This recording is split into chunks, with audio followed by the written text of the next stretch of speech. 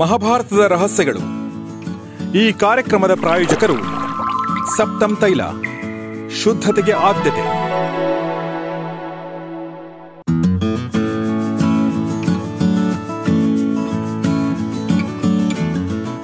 ಮತ್ತು ಓಂ ಶ್ರೀ ಕಾಲಜ್ಞಾನ ಜ್ಯೋತಿಷ್ಯ ಪೀಠಂ, ನಿಮ್ಮ ಎಲ್ಲಾ ಸಮಸ್ಯೆಗಳಿಗೂ ನಿಖರ ಪರಿಹಾರ. ವಾಸ್ತು ಮತ್ತು ಜ್ಯೋತಿಷ್ಯ ತಜ್ಞರು ಪ್ರಧಾನ ತಾಂತ್ರಿಕ ಪಂಡಿತ್ ಶ್ರೀ ರಾಘವೇಂದ್ರ ಕುಲಕರ್ಣಿ ಅವರಿಂದ.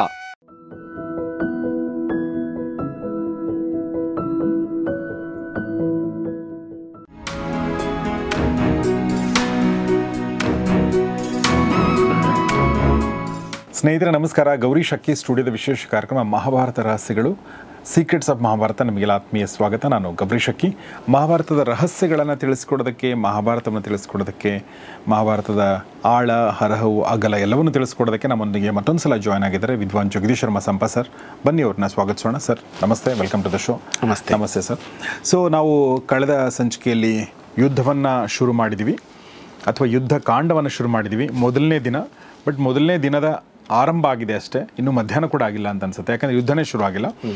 ಭಾಳ ಬ್ಯೂಟಿಫುಲ್ ಆಗಿರೋ ಘಟನೆಗಳನ್ನ ನೋಡಿದ್ವಿ. ಅದು ಯುಧಿಷ್ಠಿರನದಿರ್ಬೋದು, ಅದು ಕರ್ಣನದಿರ್ಬೋದು, ಅದು ಯುಯುತ್ಸುದಿರ್ಬೋದು, ಅಥವಾ ಯುಧಿಷ್ಠಿರ ಎಲ್ಲರನ್ನೂ ಬನ್ನಿ, ಯಾರಿಗೆ ಇಷ್ಟ ಇದೆಯೋ ಅವ್ರು ಬನ್ನಿ ಅಂತ ಹೇಳಿದಾಗ ಯುಯುತ್ಸು ಬರೋದಿರ್ಬೋದು. ಈ ಥರ ಭಾಳ ಬ್ಯೂಟಿಫುಲ್ ಆಗಿರುವಂಥ ಘಟನೆಗಳು ನೋಡಿದ್ವಿ. ಸೊ ಇದಾದ ನಂತರ ಏನಾಗುತ್ತೆ ಸರ್? ಅವರು ಬಂದು ಮತ್ತೆ ರಥ ಏರ್ತಾರೆ. ಪಾಂಡವರು ಬಂದು ರಥ ಏರ್ತಾರೆ. ರಥ ಏರಿ ಮತ್ತು ಆಯುಧ ಹಿಡಿದು ನಿಂತಿದ್ದನ್ನು ನೋಡಿದಾಗ ಅವರ ಜೊತೆಗಿದ್ದ ರಾಜರುಗಳು ಸಂತಸಪಟ್ಟರು ಅಂತ, ಸಂತೋಷ ಆಗುತ್ತೆ ಅವರಿಗೆ. ದೃಷ್ಟದ್ಯುಮ್ನ ಎಲ್ಲರಿಗೂ ದೃಷ್ಟದ್ಯುಮ್ನಾದಿಯ ಸರ್ವೇ ಪುನರ್ಜಹೃಷಿರೇ ಮುದ ಅಂತ ಭಾಳ ಸಂತೋಷಪಟ್ಟರು ಅವರು ಅಂತ.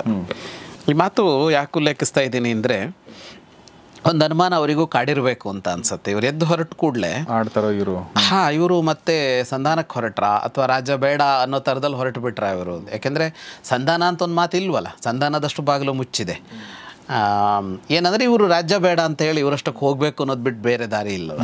ಅದಕ್ಕೆ ಹೊರಟು ಬಿಟ್ರ ಅಂತ ಅನಿಸಿತ್ತು. ಅದಲ್ಲ ಅಂತಂದಾಗ ಅವ್ರಿಗೆ ಸಂತೋಷ ಆಯಿತು ಅಂತ. ಬಟ್ ವಿಷಯ ಏನಂದರೆ, ಸಂತೋಷ ಯಾಕಾಯಿತು ಅಂತ ಉಲ್ಲೇಖಿಸುವಾಗ ದೃಷ್ಟದ್ಯುಮ್ನಾದಯ ಸರ್ವೇ ಅಂತ ಉಲ್ಲೇಖಿಸ್ತಾರೆ ವ್ಯಾಸರು. ದೃಷ್ಟದ್ಯುಮ್ನ ಮೊದಲಾದವರಿಗೆ ಅಂತ. ಅಂದರೆ ಅದು ಏನನ್ನು ಸೂಚಿಸ್ತಾ ಇದೆ ಅಂದರೆ, ವ್ಯಾಸರು ಎಷ್ಟು ಚೆನ್ನಾಗಿ ಅಲ್ಲಿ ಸೂಚಿಸ್ತಾ ಇದ್ದಾರೆ ಅಂದರೆ, ಯುದ್ಧದ ನೆವ ಪಾಂಡವರು ಕೌರವರು, ಅವರವ್ರಿಗೆ ಅವರವರದ್ದು ಬೇರೆ ಹಿಡನ್ ಅಜೆಂಡಾಗಳು ಅಥವಾ ಓಪನ್ ಆಗಿ ಅವ್ರ ಅಜೆಂಡಾಗಳು ಅವರಿಗಿವೆ. ಹಾಗಾಗಿ ಯುದ್ಧ ನಿಂತರೆ ದೃಷ್ಟದ್ಯುಮ್ನಿಗೆ ಅವನ ಕೆಲಸ ಆಗಲ್ಲ, ಶಿಖಂಡಿಗೆ ಅವನ ಕೆಲಸ ಆಗಲ್ಲ, ದೃಪದನಿಗೆ ಅವನ ಕೆಲಸ ಆಗಲ್ಲ ಅಂತ ಅವ್ರವ್ರದ್ದಿದೆ. ಮತ್ತೆ ಈಚೆ ಕಡೆಯವರಿಗೂ ಇದೆ, ಆಚೆ ಕಡೆಯವರಿಗೂ ಇದೆ ಅದು. ಹಾಗಾಗಿ ಒಂದು ಸಲ ಅವರಿಗೆಲ್ಲ ಏನು ಮಾಡೋದು ಅನ್ನೋ ಥರ ಬಂದಿತ್ತಲ್ಲ, ಅದು ಹೋಗಿ ಮತ್ತೆ ಸಂತಸಪಟ್ಟರು ಅಂತ ಅನಿಸುತ್ತೆ ಅದನ್ನು ನೋಡಿದಾಗ. ಆದರೆ ಇದಾದ ಮೇಲೆ ಉಳಿದ ಎಲ್ಲ ರಾಜರುಗಳಿಗೆ ಪಾಂಡವರ ಬಗ್ಗೆ ಒಂದು ಭಾವ ಬದಲಾಯಿತು ಅಂತ ವ್ಯಾಸರು ಹೇಳ್ತಾರೆ. ಅಂದರೆ ಇವರು ಹೋಗಿ ಹಿರಿಯರನ್ನು ಹಾಗೆ ಕಂಡಿದ್ದಿದೆಯಲ್ಲ, ಯುದ್ಧದ ಹೊಸ್ತಿಲಿನಲ್ಲಿ ಹೋಗಿ ನಮಸ್ಕಾರ ಮಾಡಿ ಪ್ರಾರ್ಥನೆ ಮಾಡಿದ್ದು ಅಂತ. ಅಲ್ಲಿ ಸಂಭಾಷಣೆ ಮುಂದುವರೆದಾಗ ಯುಧಿಷ್ಠಿರ ನಿಮ್ಮನ್ನು ಕೊಲ್ಲೋದು ಹೇಗೆ, ನಿಮ್ಮನ್ನು ಸೋಲ್ಸೋದು ಹೇಗೆ ಅಂತ ಕೇಳ್ದ ಅಂತ ಬಂತು. ಆದರೆ ಅಲ್ಲಿ ಒಂದು ಗಮನಿಸಬೇಕಾಗಿದ್ದು, ಯುಧಿಷ್ಠಿರನೇ ಅದನ್ನು ಕೇಳಿದ್ದಲ್ಲ. ಆ 4 ಜನ ಮತ್ತೆ ಮತ್ತೆ ಕೇಳಿದಾಗ ನಿನಗೇನು ಸಹಾಯ ಮಾಡಲಿ ಅಂತಂದಾಗ ಅವನು ಅದನ್ನು ಇಟ್ಟನೇ ಹೊರತು ಆ ಪ್ರಶ್ನೆ ಅವ್ರ ಕಡೆಯಿಂದ ಬರದೇ ಇದ್ದಿದ್ರೆ, ಆಶೀರ್ವಾದ ಮಾಡಿ ಅಂತ ಕೇಳ್ತಿದ್ದ, ಅವ್ರ ಆಶೀರ್ವಾದ ಇದೆ ಹೋಗು ಅಂದರೆ ಅವನು ಬಂದ್ಬಿಡ್ತಿದ್ದ. ಅಷ್ಟು ಬಿಟ್ಟರೆ ಅವನು ಅದನ್ನು ಮುಂದುವರಿಸ್ತಾ ಇರಲಿಲ್ಲ ಅಂತ. ಹಾಗಾಗಿ ಯುಧಿಷ್ಠಿರ ಅಲ್ಲಿಗೆ ಹೋಗಿದ್ದು ಈ ಉದ್ದೇಶಕ್ಕಲ್ಲ. ಆದರೆ ನಿಮ್ಮನ್ನು ಕೊಲ್ಲೋದು ಹೆಂಗೆ ಅಂತ ಕೇಳ್ಕೊಂಬರಕ್ಕೆ ಹೋಗಿದ್ದಲ್ಲ ಅವನು ಹೋಗಿದ್ದು ಒಳಿತಿನ ದೃಷ್ಟಿಯಿಂದಲೇ. ಆದರೆ ಅದು ಅಲ್ಲಿ ಹೋದ ಮೇಲೆ ಅವನಿಗೆ ಸಿಕ್ಕ ಲಾಭ ಯಾವುದಾಯಿತು ಅಂದರೆ ಅದಾಗೋಯ್ತು ಅಂತ. ಹಾಗಾಗಿ ಉಳಿದವರಿಗೆ ಅವರ ಬಗ್ಗೆ ಒಂದು ಗೌರವ ಹುಟ್ಟತಂತೆ. ಗೌರವಂ ಪಾಂಡುಪುತ್ರಾಣಂ ಮಾನ್ಯಾನ್ ಮಾನಯತಾಂಚತಾನ್ ಅಂತ. ಯಾರನ್ನು ಗೌರವಿಸಬೇಕೋ ಅವರನ್ನು ಗೌರವಿಸೋದನ್ನು ಕಂಡಾಗ ಎಲ್ಲ ರಾಜರುಗಳಿಗೂ ಇವರ ಬಗ್ಗೆ ಒಂದು ಗೌರವದ ಭಾವ ಹುಟ್ಟಿತು ಅಂತ. ಆ ಗೌರವದ ಭಾವ ಆ ಕಡೆ ಇದ್ದವರಿಗೂ ಹುಟ್ಟುತ್ತಂತೆ, ಈ ಕಡೆ ಇದ್ದವರಿಗೂ ಹುಟ್ಟುತ್ತಂತೆ ಅಂತ. ಕೌರವರ ಜೊತೆಗಿದ್ದವರಿಗೂ ಪಾಂಡವರ ಎಲ್ಲ ರಾಜರಿಗೂ ಅಂತಂದರೆ ಎಷ್ಟು ಒಳ್ಳೆಯ ಸ್ವಭಾವ ಇದೆ ಅವರಿಗೆ ಅನ್ನೋ ಇದು ಕಾಣಿಸ್ತು ಅವರಿಗೆ. ಮತ್ತು ತನ್ನವರ ಕುರಿತು ಅವರಿಗೊಂದು ಒಂದು ಸದ್ಭಾವ ಇದೆಯಲ್ಲ, ದಯಾಂಚ ಜ್ಞಾತಿಷು ಪರಾಮ್ ಅಂತ, ಅಂದರೆ ಅವರಿಗೆ ದಯೆ ಇದೆ ಅಂತ, ಅಂದರೆ ಕ್ರೂರ ಕರ್ಮಿಗಳಲ್ಲ ಅವರು ಅನ್ನೋ ಭಾವ ಅವರಲ್ಲಿ ಆಡ್ತು ಅಂತ, ಎಲ್ಲರಿಗೂ ಆಡ್ತು ಅನ್ನೋದಕ್ಕೆ ಅವರು ಹೇಳ್ತಾರೆ ಏನಂದರೆ ಮ್ಲೇಚ್ಛಾಶ್ಚ ಆರ್ಯಾಶ್ಚ ಅಂತ. ಅಂದರೆ ಅಲ್ಲಿ ಆರ್ಯರಾಜರುಗಳು ಇದ್ದರು, ಮ್ಲೇಚ್ಛರಾಜರುಗಳು ಇದ್ದರು ಅಂತ. ಆರ್ಯರಾಜರುಗಳು ಅಂತ ಅಂದರೆ ಆರ್ಯರು ದ್ರಾವಿಡರು ಅನ್ನೋದಲ್ಲ, ಭಾರತವನ್ನು ಆಳ್ತಾ ಇದ್ದ, ಭಾರತದ ಏನೊಂದು ಪರಿಧಿ ಆಗಿನದ್ದಿತ್ತು ಅದನ್ನು ಆಡ್ತಾ ಇದ್ದ ಆರ್ಯ ರಾಜರುಗಳೂ ಇದ್ದರು, ಹೊರಗಡೆಯ ಮ್ಲೇಚ್ಛರು ಬಂದಿದ್ರಲ್ಲ, ಅವರೆಲ್ಲರೂ ಸಂತೋಷಪಟ್ಟರು ಇವರ ವರ್ತನೆಯನ್ನು ಕಂಡಾಗ ಅಂತ. ಈ ಸದ್ವರ್ತನೆ, ಯುಧಿಷ್ಠಿರನ ಸದ್ವರ್ತನೆ ಅನ್ನೋದು ಹೇಗೆ ಕೆಲಸ ಮಾಡ್ತು ಅನ್ನೋದಕ್ಕೆ ಈ ಘಟನೆಯಲ್ಲೊಂದು ಕಾಣಿಸುತ್ತೆ. ಬರೀ ಆ 4 ಜನರ ಮೇಲಲ್ಲ ಪರಿಣಾಮ ಬೀರಿದ್ದು, ಎಲ್ಲರಿಗೂ ಬೀರುತ್ತು ಅದರ ಪರಿಣಾಮ. ಇಷ್ಟಾಗ್ತಾ ಇದ್ದಂತೆ ಶಂಖನಾದಗಳ ಆರಂಭ ಆಗುತ್ತವೆ. ಮತ್ತೆ ಶಂಖನಾದ ಮಾಡುತ್ತಾರೆ. ಶಂಖನಾದ, ಭೇರಿ, ಎಲ್ಲ ವಾದ್ಯಗಳ ಶಬ್ದ ಕೇಳಿ ಬರುತ್ತೆ. ಈ ಕೇಳಿ ಬರುವ ಮೊದಲು ಮಹಾಭಾರತದಲ್ಲಿ ನಾವು ಕಥೆ ಹೇಳ್ಕೊಂಡು ಹೋಗ್ತಾ ಇದ್ದೀವಿ. ಮಹಾಭಾರತದಲ್ಲಿ ಧೃತರಾಷ್ಟ್ರನ ಒಂದು ಪ್ರಶ್ನೆ ಬರುತ್ತೆ ಇಲ್ಲಿಗ. ವಾಸ್ತವವಾಗಿ ಯುದ್ಧದ ಭಾಗವನ್ನು ಧೃತರಾಷ್ಟ್ರ ಮತ್ತು ಸಂಜಯರ ಮಾತುಕತೆಗಳಲ್ಲಿ ಬರ್ತಾ ಇರೋದು. ವ್ಯಾಸರು ಮಹಾಭಾರತವನ್ನು ಹೆಣದಿರೋದೇ ಹಾಗೆ, ಒಬ್ಬರಿಗೆ ಹೇಳ್ತಾ ಇರೋ ಕಥೆನೇ ಬರ್ತಾ ಹೋಗುತ್ತಲ್ಲ. ಯುದ್ಧ ಅಷ್ಟನ್ನು ಸಂಜಯ ಧೃತರಾಷ್ಟ್ರನಿಗೆ ಹೇಳ್ತಾ ಹೋಗುವಾಗ ಅವರಿಬ್ಬರ ಸಂವಾದ ಇದೆ ಅಲ್ಲಿ. ಅದು ಎಷ್ಟು ಚೆನ್ನಾಗಿದೆ ಅಂದರೆ, ಹಿಂದೊಂದು ಸಲ ನಾವು ಮಾತು ಆಡ್ಕೊಂಡಿದ್ವಿ. ಯುದ್ಧವನ್ನು ಸಂಜಯನ ಕಣ್ಣಿನ ಮೂಲಕ ಧೃತರಾಷ್ಟ್ರ ನೋಡೋ ಥರ ಚಿತ್ರಣ ಕೊಡ್ತಾ ಹೋಗುತ್ತಲ್ಲ, ಅದು ಬಹಳ ವಿಶಿಷ್ಟವಾದದ್ದು ಅಂತ ಅನಿಸುತ್ತೆ. ಅಂದರೆ ಒಂದನ್ನು ಸ್ಕ್ರೀನ್ ಪ್ಲೇ ಅಂತ ತರುವಾಗ ನೀವು ಹೆಂಗೆ ಓದುಗನಿಗೋ ನೋಡುಗನಿಗೋ ದಾಟಿಸ್ತೀವಿ ಅನ್ನೋದಿದೆಯಲ್ಲ, ಕತೆ ಯಾರು ಹೇಳ್ತಾರೆ, ಯಾರು ಕೇಳ್ತಾರೆ ಅನ್ನೋದು ನಮ್ಮ ಮೇಲೆ ಭಾಳ ಪ್ರಭಾವ ಬೀರ್ತಾ ಹೋಗುತ್ತೆ ಅಂತ. ಅಂದರೆ ಈ ಇಡೀ ಕಥೆಯನ್ನು, ಯುದ್ಧದ ಕಥೆಯನ್ನು ಧೃತರಾಷ್ಟ್ರ ಕೇಳ್ತಾ ಇದ್ದಾನೆ ಅನ್ನೋ ಒಂದು ಭಾವವನ್ನು ಇಟ್ಕೊಂಡೇ ನಾವು ನೋಡ್ತಾ ಹೋದಾಗ ನಮಗೆ ಯುದ್ಧ ಬೇರೆ ಥರ ಅಂತ ಅನಿಸುತ್ತೆ. ಅಂದರೆ ಇಷ್ಟು ಯುದ್ಧಕ್ಕೆ ಕಾರಣಕರ್ತನಾಗಿ ಯಾರು ಕುಳಿತುಕೊಂಡಿದ್ನೋ ಅವನು ಕೇಳ್ಕೊಳ್ತಾ ಇದ್ದಾನೆ, ಮತ್ತು ಇದನ್ನು ಯಾವತ್ತೋ ಬಗೆಹರಿಸಬಹುದಾಗಿದ್ದ ಅವನು ಬಗೆಹರಿಸದೇ ಇದ್ದ ಕಾರಣಕ್ಕೆ ಆಗ್ತಾ ಇರುವ ಒಂದು ಅತ್ಯಂತ ದೊಡ್ಡ ನಷ್ಟಕ್ಕೆ ಅವನು ಸಾಕ್ಷಿ ಆಗ್ತಾ ಹೋಗ್ತಾ ಇದ್ದಾನೆ ಅಂತ. ಪ್ರಾಯಶಃ ಧೃತರಾಷ್ಟ್ರನಂತಹ ಜಾಗದಲ್ಲಿ ಕುಳಿತ ವ್ಯಕ್ತಿಗೆ ಇದಕ್ಕಿಂತ ದೊಡ್ಡ ಶಿಕ್ಷೆ ಇಲ್ಲ ಅಂತ ಅನ್ಸ್ಬಿಡುತ್ತೆ. ಅಂದರೆ ಅಲ್ಲಿ ನಾನು ಹೇಳ್ತಾ ಇರೋದು ಕೌರವರು ಸೋತರು ಅಂತ ಮಾತ್ರ ಅಲ್ಲ, ದುರ್ಯೋಧನಾದಿಗಳು ಸೋತರು ಅಂತ ಮಾತ್ರ ಅಲ್ಲ, ಜನಕ್ಷಯ ಅಂತ ಇದೆಯಲ್ಲ, ಸಾವು ನೋವು ಅಂತ ಇದೆಯಲ್ಲ, ಇದು ಯಾರನ್ನೂ ಕಾಡುವ ಸಾವು ನೋವು. ಇಷ್ಟು ಜನ ಸಾಯ್ತಾ ಇದ್ದಾರೆ, ಅದು ಯಾರೋ ಒಬ್ಬನ ತಪ್ಪು ನಿರ್ಣಯದ ಫಲ ಅಂತ ಆಗೋದಿದೆಯಲ್ಲ, ಅವನು ಕೇಳ್ತಾ ಕೂತ್ಕೊಳ್ಳೋದು, ಪ್ರತಿಕ್ಷಣ ಕೇಳ್ತಾ ಹೋಗೋದು ಅನ್ನೋದಿದೆಯಲ್ಲ, ಪ್ರಾಯಶಃ ಧೃತರಾಷ್ಟ್ರನಿಗೆ ಬಹಳ ದೊಡ್ಡ ಶಿಕ್ಷೆ ಅಂತ ಅನ್ಸುತ್ತೆ. ಆ ದೃಷ್ಟಿಯಿಂದ ನಾವು ನೋಡಿದಾಗ ಇದು ಬೇರೆ ಹೊಳಹುಗಳನ್ನು ಕೊಟ್ಟು ಬಿಡುತ್ತೆ. ಬಟ್ ಆ ಪಶ್ಚಾತ್ತಾಪ ಅವನ ಹತ್ರ ಇರುತ್ತಾ? ಈ ಟೈಮಲ್ಲಿ ಇರುತ್ತೆ. ಮೊದಲಿಂದನೂ ಅವನಿಗೊಂದು ಪಶ್ಚಾತ್ತಾಪ ಇದೆ. ಆ ಮನುಷ್ಯ ಹೇಗೆ ಅಂದರೆ, ದುರ್ಯೋಧನ ಅಂತ ಅಂದ ಕೂಡಲೇ ಮೋಹ ಮೇಲೆ ಬಂದ್ಬಿಡತ್ತೆ, ಹೊರತುಪಡಿಸಿದ್ರೆ ಅವನು ಒಳ್ಳೆ ಮನುಷ್ಯ. ಮತ್ತು ಪಶ್ಚಾತ್ತಾಪ ಇದ್ದೇ ಇದೆ ಅವನಿಗೆ. ಅವನು ಸುಖಿಯಾಗಿ ಮೊದಲಿಂದಲೂ ಏನು ಉಳ್ಕೊಂಡಿಲ್ಲ ಅವನು. ಆ ಪಶ್ಚಾತ್ತಾಪ ಇದ್ದೇ ಇತ್ತು ಅವನಿಗೆ, ಈಗ ಜಾಸ್ತಿ ಆಗ್ತಾ ಹೋಗುತ್ತೆ. ಓಕೆ ಸರ್, ಇನ್ನೊಂದು ಪ್ರಶ್ನೆ. ಈಗ ಸಂಜಯ ಧೃತರಾಷ್ಟ್ರನಿಗೆ ಹೇಳುವಾಗ ಈಗ 2 ಪಾಳೆಯಗಳಿವೆ, ಹೀಗಾಗಿ ನೀವು ಯಾರ ಪಾಳೆಯಗೆ ಹೇಳ್ತಾ ಇದ್ದೀರ ಅನ್ನೋದ್ರ ಮೇಲೆ ನಿಮ್ಮ ವ್ಯಾಖ್ಯಾನ ಕೂಡ ಬದಲಾಗೋ ಸಾಧ್ಯತೆ ಇದೆ ಅಲ್ವಾ? ನಾವು ಅವ್ರನ್ನ ಪ್ಲೀಸ್ ಮಾಡಕ್ಕೆ ಟ್ರೈ ಮಾಡ್ತೀವಿ ಯೂಶ್ವಲಿ. ಈಗ ಕಮೆಂಟ್ರಿ ಹೇಳ್ಬೇಕಾದ್ರೆ ನಾನು ಪಕ್ಕದಲ್ಲಿ ಇಂಡಿಯಾದನ್ನು ಕೂತ್ಕೊಂಡ್ರೆ ನಾನು ಬೇರೆ ಥರನೇ ಹೇಳ್ತೀನಿ, ಪಾಕಿಸ್ತಾನ ಕೂತ್ಕೊಂಡು ನಾನು ಬೇರೆ ಥರ ಹೇಳೋ ಸಾಧ್ಯತೆ ಇದೆ. ಇಲ್ಲಿ ಇವನು ಸಂಜಯ್ ಆ ಥರದ ಏನಾದರೂ ಪ್ರಯತ್ನ ಮಾಡ್ತಾನ? ಅಂದರೆ ಕಹಿ ಸತ್ಯಗಳನ್ನ ಮರೆಮಾಚುವಂಥ ಪ್ರಯತ್ನವನ್ನು ಅಥವಾ ಅವನಿಗೆ ಪ್ಲೀಸ್ ಮಾಡುವಂಥ ಪ್ರಯತ್ನವನ್ನು ಆ ಥರದ್ದು ಏನಾದರೂ ಇದೆಯಾ, ಅಥವಾ ತುಂಬ ನಿಷ್ಪಕ್ಷಪಾತವಾಗಿ ಅನ್ಬಯಾಸ್ಡ್ ಆಗಿ ಹೇಳ್ತಾ ಹೋಗ್ತಾನೆ? ಅವ್ನು ರನ್ನಿಂಗ್ ಕಾಮೆಂಟ್ರಿ ಕೊಡ್ತಾನೆ. ರನ್ನಿಂಗ್ ಕಾಮೆಂಟ್ರಿ ಹೇಗೆ ಅಂದರೆ, ರನ್ನಿಂಗ್ ಕಾಮೆಂಟ್ರಿಯಲ್ಲಿ ಒಂದು ವ್ಯತ್ಯಾಸ ಏನಿದೆ, ರನ್ನಿಂಗ್ ಕಾಮೆಂಟ್ರಿಯಲ್ಲೂ ಇದಿದೆ.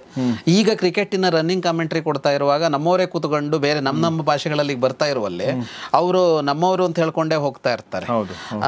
ಈಗ ಗೆಲ್ಲಬೇಕು ಅನ್ನೋ ಥರದಲ್ಲಿ ಇವರ ಇದಿರುತ್ತೆ. ಹಂಗೆ ಹೇಳ್ಕೊಂಡು ಹೋಗಲ್ಲ ಅವನು, ಏನು ನಡೆದಿದೆ ಅದನ್ನು ಹೇಳ್ಕೊಂಡು ಹೋಗ್ತಾನೆ ಸಂಜಯ. ಅಂದರೆ ಸರಿಯಾಗಿ ಏನು ನಡೀತಾ ಇದೆಯೋ ಅದನ್ನು ಹೇಳ್ತಾನೆ.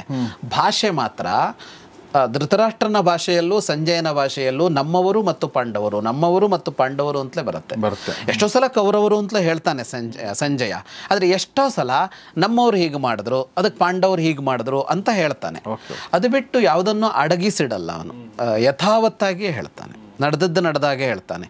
ಅಲ್ಲಿ 2 ಕಡೆಯದ್ದು ಹೇಳ್ತಾನೆ. ಅವ್ರ ಕಡೆಯ ಲೋಪದೋಷಗಳು, ಇವ್ರ ಕಡೆಯ ಲೋಪದೋಷಗಳು, ಅವ್ರ ಕಡೆಯ ವಿಜೃಂಭಣೆ, ಇವ್ರ ಕಡೆ ವಿಜೃಂಭಣೆ, ಯಾವುದು ಮರೆಮಾಚೋದಿಲ್ಲ. ಹಾಗೆ ಹೇಳ್ಕೊಂಡು ಹೋಗ್ತಾನೆ.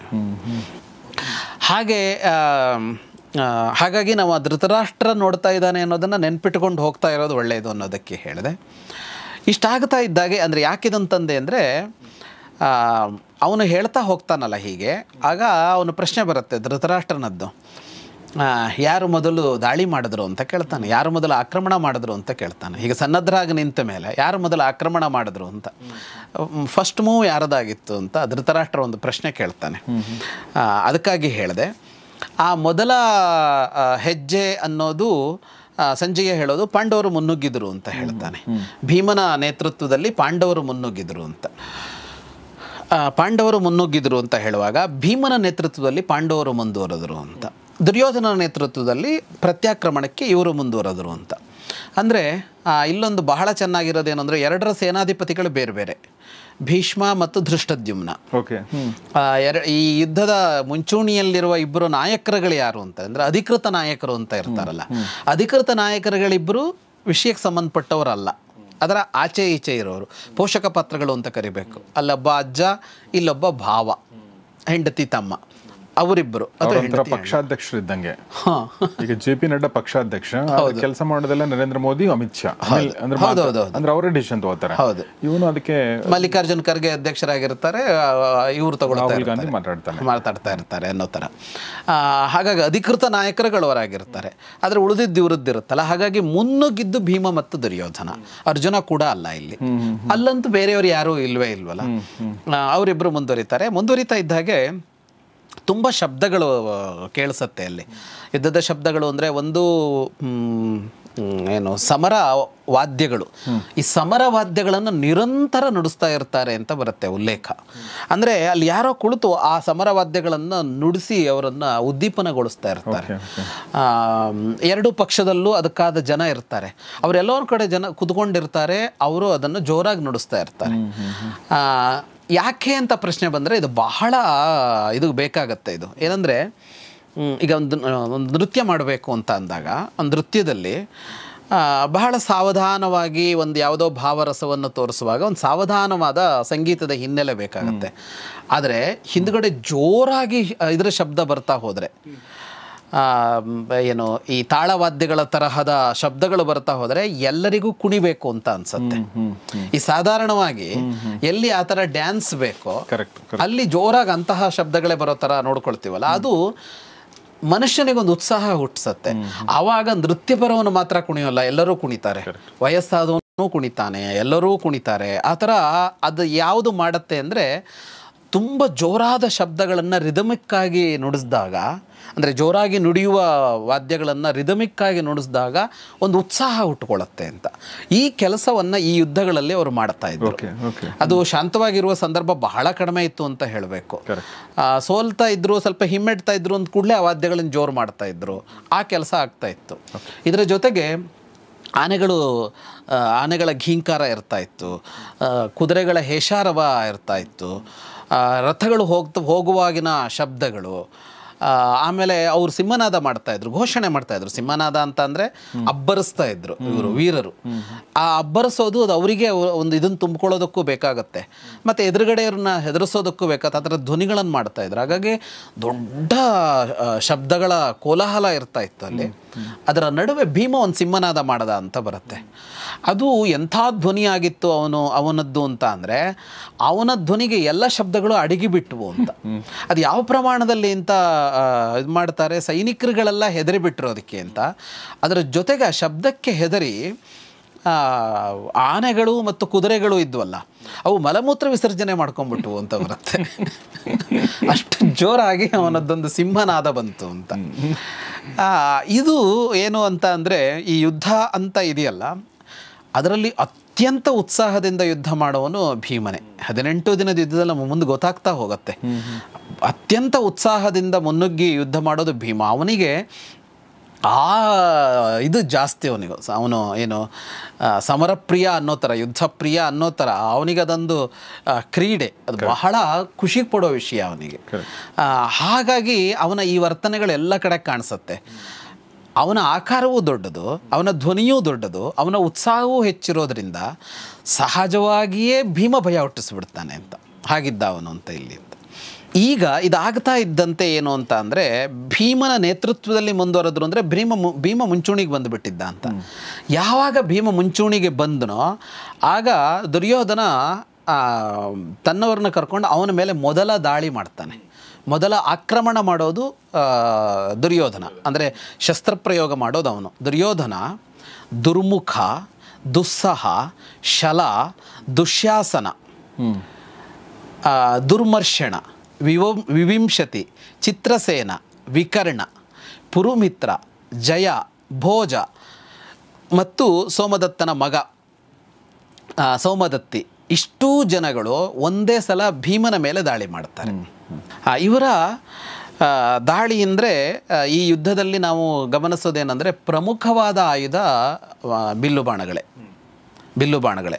ನಮಗೆ ಪ್ರಸಿದ್ಧವಾಗಿರೋದೇನು ಅಂದರೆ ಭೀಮ ದುರ್ಯೋಧನ ಅಂದರೆ ಗದೆ ಹಿಡ್ಕೊಳ್ತಾರೆ, ಅರ್ಜುನ ಕರ್ಣ ಅಂದರೆ ಬಿಲ್ಲು ಬಾಣ ಹಿಡ್ಕೊಳ್ತಾರೆ ಅಂತ ಆಗಿದೆಯಲ್ಲ, ಹಾಗಿಲ್ಲ. ಎಲ್ಲರೂ ಪ್ರಮುಖವಾಗಿ ಬಳಸೋದು ಬಿಲ್ಲು ಬಾಣಗಳನ್ನು.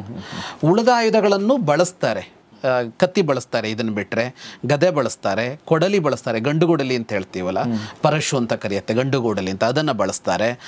ಭಿಂದಿಪಾಲ, ತೋಮರ ಅಂತ ಬೇರೆ ಬೇರೆ ಇನ್ನೂ ಆಯುಧಗಳಿವೆ ಇರ್ತಿದ್ವು, ಅವುಗಳನ್ನೆಲ್ಲ ಬಳಸ್ತಾರೆ. ಶಕ್ತಿಯಾಯುಧ ಅಂತ ಒಂದಿತ್ತು, ಅವುಗಳನ್ನೆಲ್ಲ ಬಳಸ್ತಾರೆ. ಆದರೆ ಅವೆಲ್ಲ ರೇರ್. ನಿರಂತರವಾಗಿ ಬಳಸೋದು ಯಾವುದು ಅಂದರೆ ಬಿಲ್ಲು ಬಾಣವನ್ನು. ಯಾಕೆ ಅಂತ ಅಂದರೆ ಯುದ್ಧಕ್ಕೆ ಬಹಳ ಅನುಕೂಲ ಬಿಲ್ಲು ಬಾಣ. ಎಷ್ಟು ದೂರಕ್ಕೆ ಬೇಕಿದ್ರೂ ಬಿಡ್ಬೋದು, ಎಷ್ಟು ದೂರಕ್ಕೂ ಗುರಿ ಇಡ್ಬೋದು. ಒಂದು ಸಣ್ಣ ಇದಕ್ಕೆ ಗುರಿ ಇಡೋದಕ್ಕೆ ಸಾಧ್ಯ ಆಗುತ್ತೆ.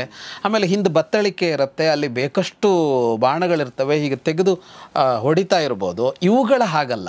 ಒಂದು ಗದೆ ಅಂದರೆ ಗದೆಯಿಂದ ಹೀಗೆ ಹೊಡಿಬೇಕು, ಇಲ್ಲರ ಗದೆಯನ್ನು ಬೀಸಿ ಎಸಿಬೇಕು. ಯುದ್ಧದಲ್ಲಿ ಇವು ಬೇಕಾಗ್ತವೆ. ದ್ವಂದ್ವ ಯುದ್ಧಗಳ ಹೌದು, ಸರಿಯಾಗಿ ಹೇಳಿದ್ರೆ ದ್ವಂದ್ವ ಯುದ್ಧಗಳಲ್ಲಿ ಅದು ಬೇಕಾಗುತ್ತೆ. ಉಳಿದಂತೆ ಹೆಚ್ಚಾಗಿ ಇದು ದ್ವಂದ್ವ ಯುದ್ಧದಲ್ಲೂ ಧನಸ್ಸನ್ನು ಬಳಸೋದೇ ಹೆಚ್ಚಿರುತ್ತೆ, ಉಳಿದವುಗಳನ್ನು ಆಮೇಲೆ ಬಳಸ್ತಾರೆ. ಹಾಗಾಗಿ ಇಲ್ಲಿ ಭೀಮನ ಮೇಲೆ ಇಷ್ಟೂ ಜನ ಬಾಣದ ದಾಳಿಯನ್ನು ಆರಂಭ ಮಾಡ್ತಾರೆ. ಇವರು ಮಾಡ್ತಾ ಇದ್ದ ಹಾಗೇನೆ ಭೀಮನ ಜೊತೆಗೆ ಇನ್ನಷ್ಟು ಪಾಂಡವರ ನಾಯಕರುಗಳು ನುಗ್ಗುತ್ತಾರೆ. ಯಾರು ಅಂತ ಅಂದರೆ ಅವನ ಜೊತೆಗೆ ಬರೋರು ಮೊಟ್ಟ ಮೊದಲ ಹೆಸರೇನು ಅಂತ ಅಂದರೆ ತಾನ್ ದ್ರೌಪದಿ ಪುತ್ರಾಹ ಅಂತ. ಪಂಚಪಾಂಡವರು ಮುನ್ನುಗ್ಗಿ ಬರ್ತಾರೆ. ದ್ರೌಪದಿಯ ಮಕ್ಕಳು ಪ್ರತಿವಿಂಧ್ಯ, ಸುತಸೋಮ, ಶ್ರುತಕೀರ್ತಿ, ಇವರು 5 ಜನಕ್ಕೆ 5 ಮಕ್ಕಳಿದಾರಲ್ಲ, ಅವರು ಮುನ್ನುಗ್ಗೋರು ಅಂತ. ವಾಸ್ತವವಾಗಿ ಪ್ರಸಿದ್ಧವಾಗಿರೋ ಕಥೆಗಳಲ್ಲಿ ಅವರ ಇದೇ ಇಲ್ಲ, ಹೆಸರೇ ಇಲ್ಲ.